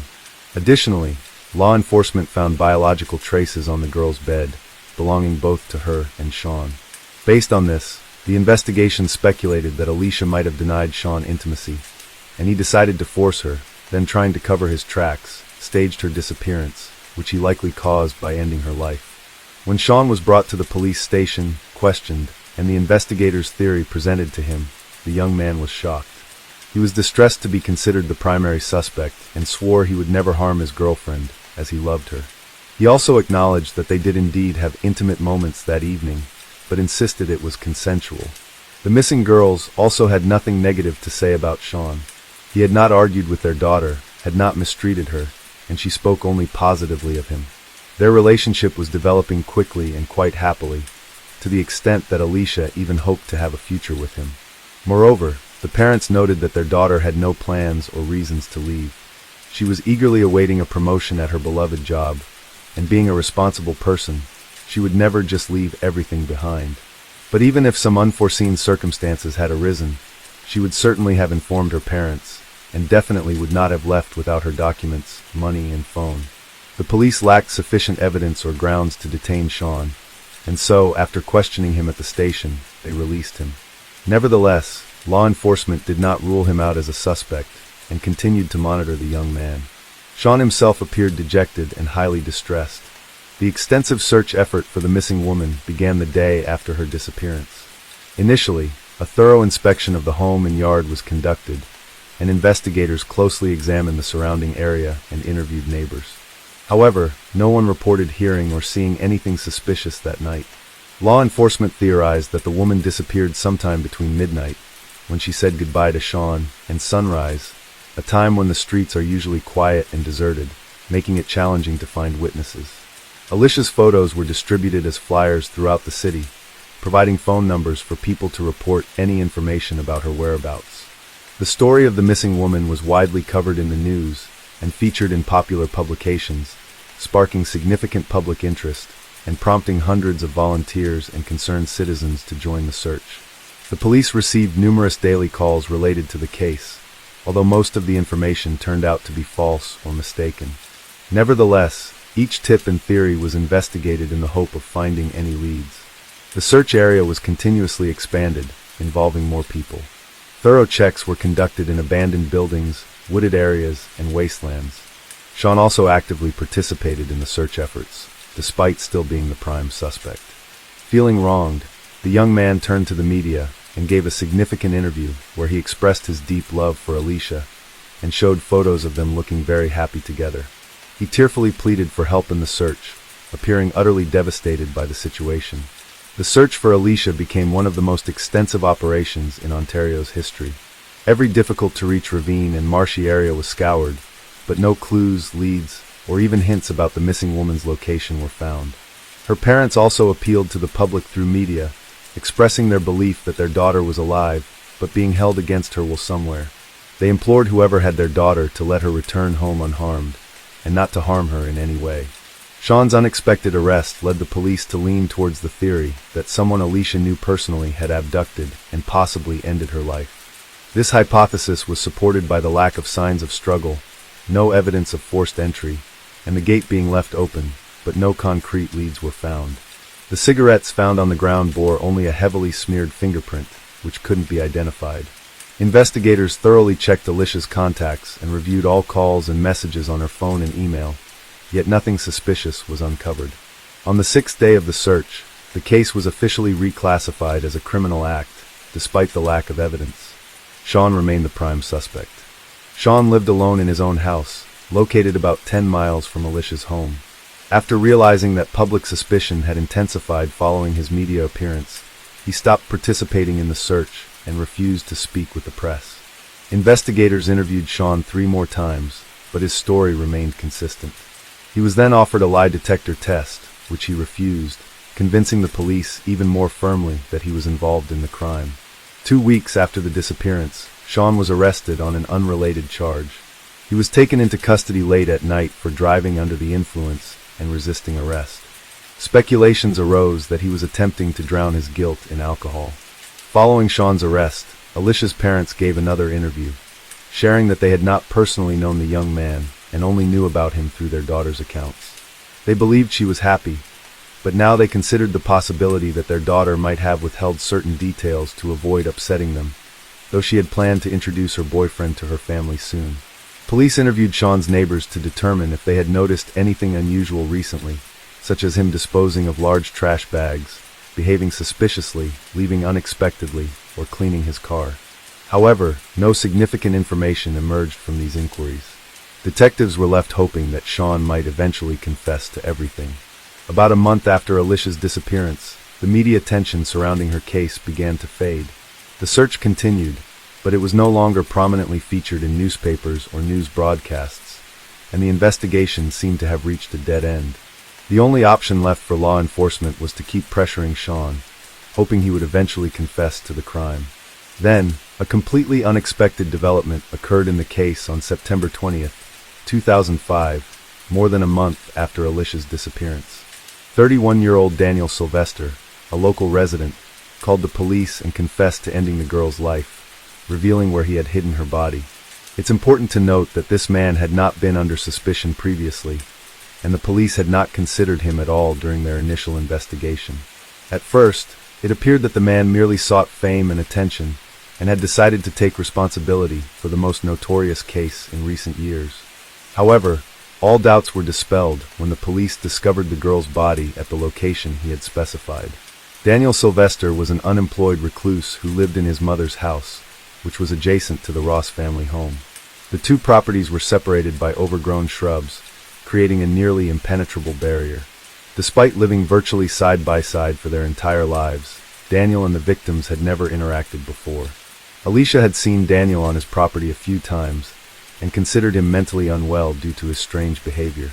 The police had not shown an interest in Daniel earlier, as he seemed to be a reclusive and isolated individual who had not drawn attention to himself. Daniel had significant social challenges from a young age. He struggled to make friends, was ridiculed at school, and every effort to form relationships ended in complete failure, leading him to develop a deep resentment towards women. As a child, girls would call him a loser and say they would never associate with someone like him. At age 8, Sylvester was diagnosed with a social behavioral disorder and had been under ongoing psychological treatment, but the therapy did not provide much improvement. In his teenage years, he confessed that he had fantasies of suddenly attacking and overpowering a girl, which excited him. However, specialists were confident that these fantasies would remain just that and not manifest into real actions. After finishing school, Daniel stopped attending therapy sessions, decided not to continue his education, and became a recluse. He lived in his mother's house, isolating himself from the outside world, spending his days sitting in his room, often on adult websites, and occasionally venturing out in the evenings to secretly watch his neighbors, peeping into their windows. He particularly enjoyed watching when someone was engaged in sexual activity, as this spectacle excited him. Yet, Daniel remained a virgin well into his 30s, satisfying his desires through solitary activities. The neighbors hardly ever saw him, and thus considered him a harmless guy. Initially, Sylvester claimed that the girl's was accidental, and he hid the body to avoid punishment. According to him, when he realized the girl showed no signs of life, he placed her in the trunk of his mother's car and drove about 50 miles out of town, hiding the body in a bushy ravine by the side of a country road. 3 weeks later, fearing that the body would be discovered, he moved it in the middle of the night, even further away, to a deserted area. The body was found in the place Daniel indicated, thereby dispelling the last doubts about his guilt. However, the condition of the remains indicated that the girl had been dealt with extreme cruelty. The injuries were such that it looked as if she had been hit by a car. An autopsy showed that Alicia had nearly all her ribs broken, her neck and both arms, and also suffered extensive closed cranial trauma with internal bleeding. The exact cause of death could not be determined, but at least 3 injuries were incompatible with life. Forensic experts were shocked, as they had never encountered anything like it before. It was necessary to clarify the circumstances and chronology of events on that fateful evening, to determine how exactly the girl received her injuries. The convict initially claimed that he had an argument with his neighbor on a bush-covered path between their homes. During the verbal altercation, the neighbor called him a loser, which angered him, and he struck her on the head. When she fell, he kicked her several times in the chest. Realizing she was not breathing, he decided to hide the body and then moved it again when the search area expanded. However, there were missing details and specifics in his story that did not add up. It was unclear what Daniel was doing at his neighbor's house at night, why they began arguing, and what caused such a brutal beating. The evidence found at the scene was laid out in a straight line, making it challenging to reconstruct the full sequence of events. The investigation revealed that Sylvester had gone out to observe his neighbors. He noticed that Alicia's boyfriend had come over, and he approached their house closely as the couple was being intimate. He watched them from a window, then moved back to the bushes but did not leave. As midnight approached, the lovers went outside and kissed by the gate, just a couple of feet away from the observing neighbor. When Sean left, the girl returned to the yard and noticed Daniel. She became very angry, realizing that he had been spying on her and her boyfriend all this time. She started yelling at him, calling him a pervert and demanding that he leave immediately. Finally, Alicia called him a loser, which acted as a trigger for Sylvester, as that was exactly what other girls had called him during his childhood. Filled with rage, Sylvester punched the girl forcefully on the head and knocked her to the ground. She tried to resist and grabbed her attacker's hair, but he began to choke her. When his grip loosened, Daniel quickly stood up and began kicking Alicia while she was lying down, primarily striking her chest, back, neck, and head. Forensic experts later counted 33 fractures on the victim's body and extensive internal bleeding. When the man realized his neighbor was dead, he moved her body to his garage, undressed her, and then masturbated to relieve the tension, according to his testimony. The examination confirmed that Sylvester did not violate the body. He then placed the corpse in the trunk of his mother's car and took it to a remote location outside the city. Upon returning home, the criminal took a shower, changed clothes, and behaved as if nothing had happened. His clothes, the victim's belongings, and the towels he used to clean the crime scene were packed in trash bags and disposed of. The trial and sentencing proceedings began only in April 2007, at which time new details were made public. The defendant confessed that he had ended his neighbor's life, but he and his lawyer insisted that it was unintentional. The defense demanded a psychiatric evaluation, arguing that Daniel was mentally ill and should not be held accountable for his actions, suggesting he be treated in a clinic instead of being incarcerated. However, the prosecution argued that despite his mental illness and anger management issues, Sylvester acted with full knowledge of the consequences of his actions. He kicked the girl mercilessly with all his might, knowing it would likely result in her death. Nevertheless, the court-ordered psychiatric evaluation confirmed that the defendant could indeed be considered fully responsible for his actions. Regarding the items found in the backyard, Daniel never admitted to having placed them there, arranged in a straight line. On May 7, 2007, the defendant was found guilty of a second-degree crime and sentenced to life imprisonment, with the possibility of parole after 16 years. A year later, Canadian singer-songwriter Kathleen Edwards wrote a song titled Alicia Ross, which portrayed the events from the young woman's perspective during the final moments of her life. In March 2008, the United States witnessed a significant political scandal that captivated the nation and led to the resignation of a prominent political figure. Eliot Spitzer, the then governor of New York, was implicated in a high-profile prostitution scandal that not only ended his political career, but also sparked widespread discussions about ethics, legality, and the personal conduct of public officials. Eliot Spitzer had built his reputation as a formidable prosecutor and a champion of ethical governance. As New York's Attorney General prior to becoming governor, he was known for his relentless pursuit of corporate malfeasance and corruption. His aggressive approach earned him the nickname Sheriff of Wall Street. However, in a dramatic turn of events, Spitzer found himself on the other side of the law. The scandal came to light on March 10, 2008, when the New York Times reported that Spitzer had been a client of a high-end prostitution service known as the Emperor's Club VIP. The investigation revealed that Spitzer had arranged for a rendezvous with a prostitute named Kristen at a Washington, D.C. hotel in February 2008. This revelation was particularly shocking given Spitzer's previous efforts to combat organized crime and prostitution during his tenure as Attorney General. The federal investigation into the prostitution ring had been ongoing for several months. Authorities had intercepted communications that eventually led them to Spitzer. The case was initially focused on the Emperor's Club VIP's operations, but as investigators delved deeper, they discovered that one of the clients, referred to as Client 9, was none other than Governor Spitzer. The legal implications for Spitzer were severe.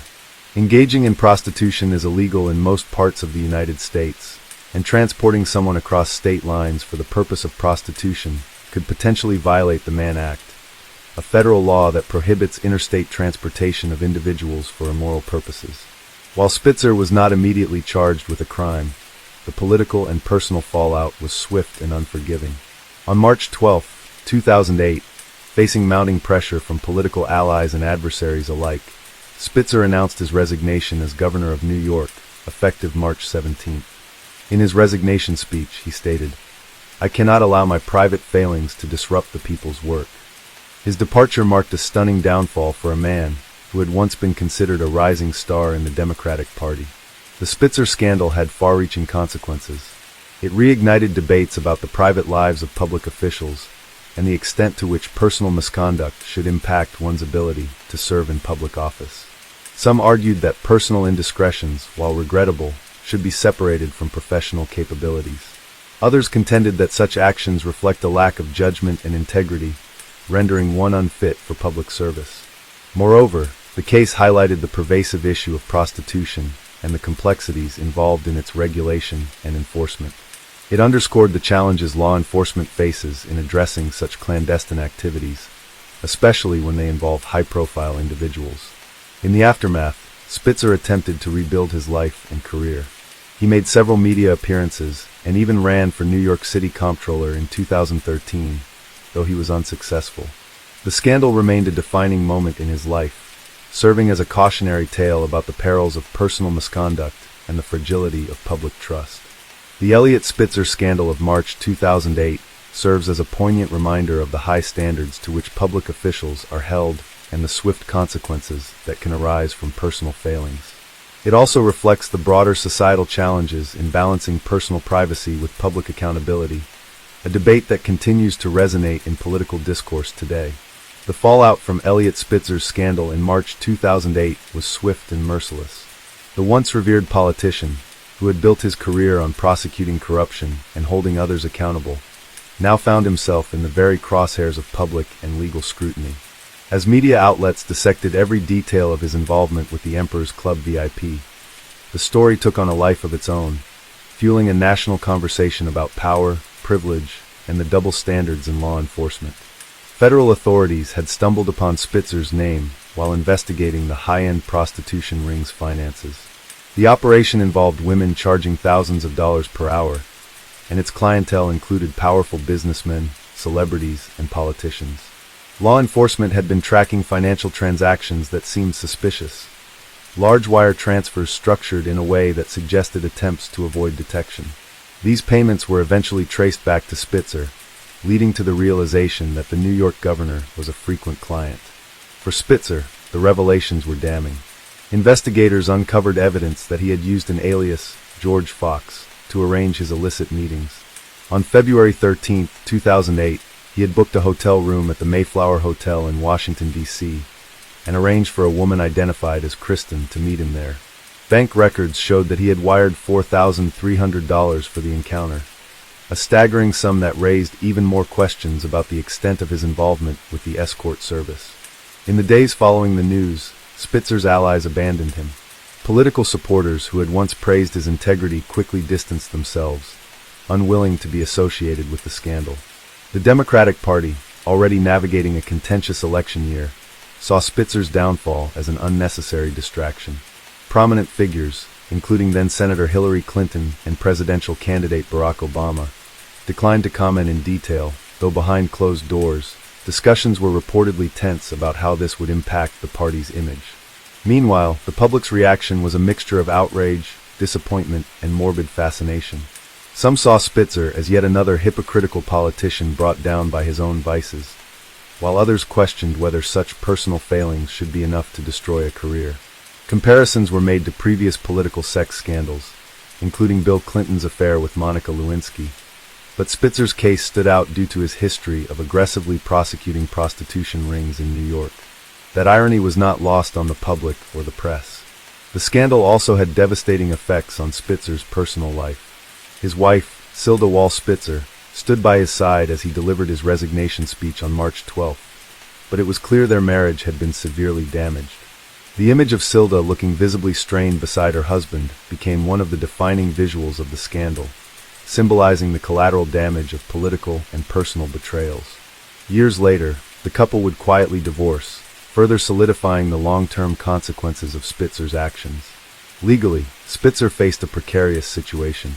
While prostitution itself was illegal in most states, the greater concern was whether he had violated the Mann Act, which prohibits transporting individuals across state lines for the purpose of prostitution. However, after extensive legal discussions, federal prosecutors decided not to press charges against him, citing insufficient grounds for a criminal case.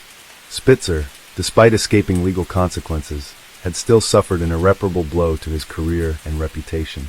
As the scandal unfolded, deeper discussions emerged about the world of high-end escort services and the blurred lines between legality, morality, and discretion. The Emperor's Club VIP was not an ordinary prostitution ring. It catered to the wealthy elite, providing an air of exclusivity that shielded its operations from the public eye.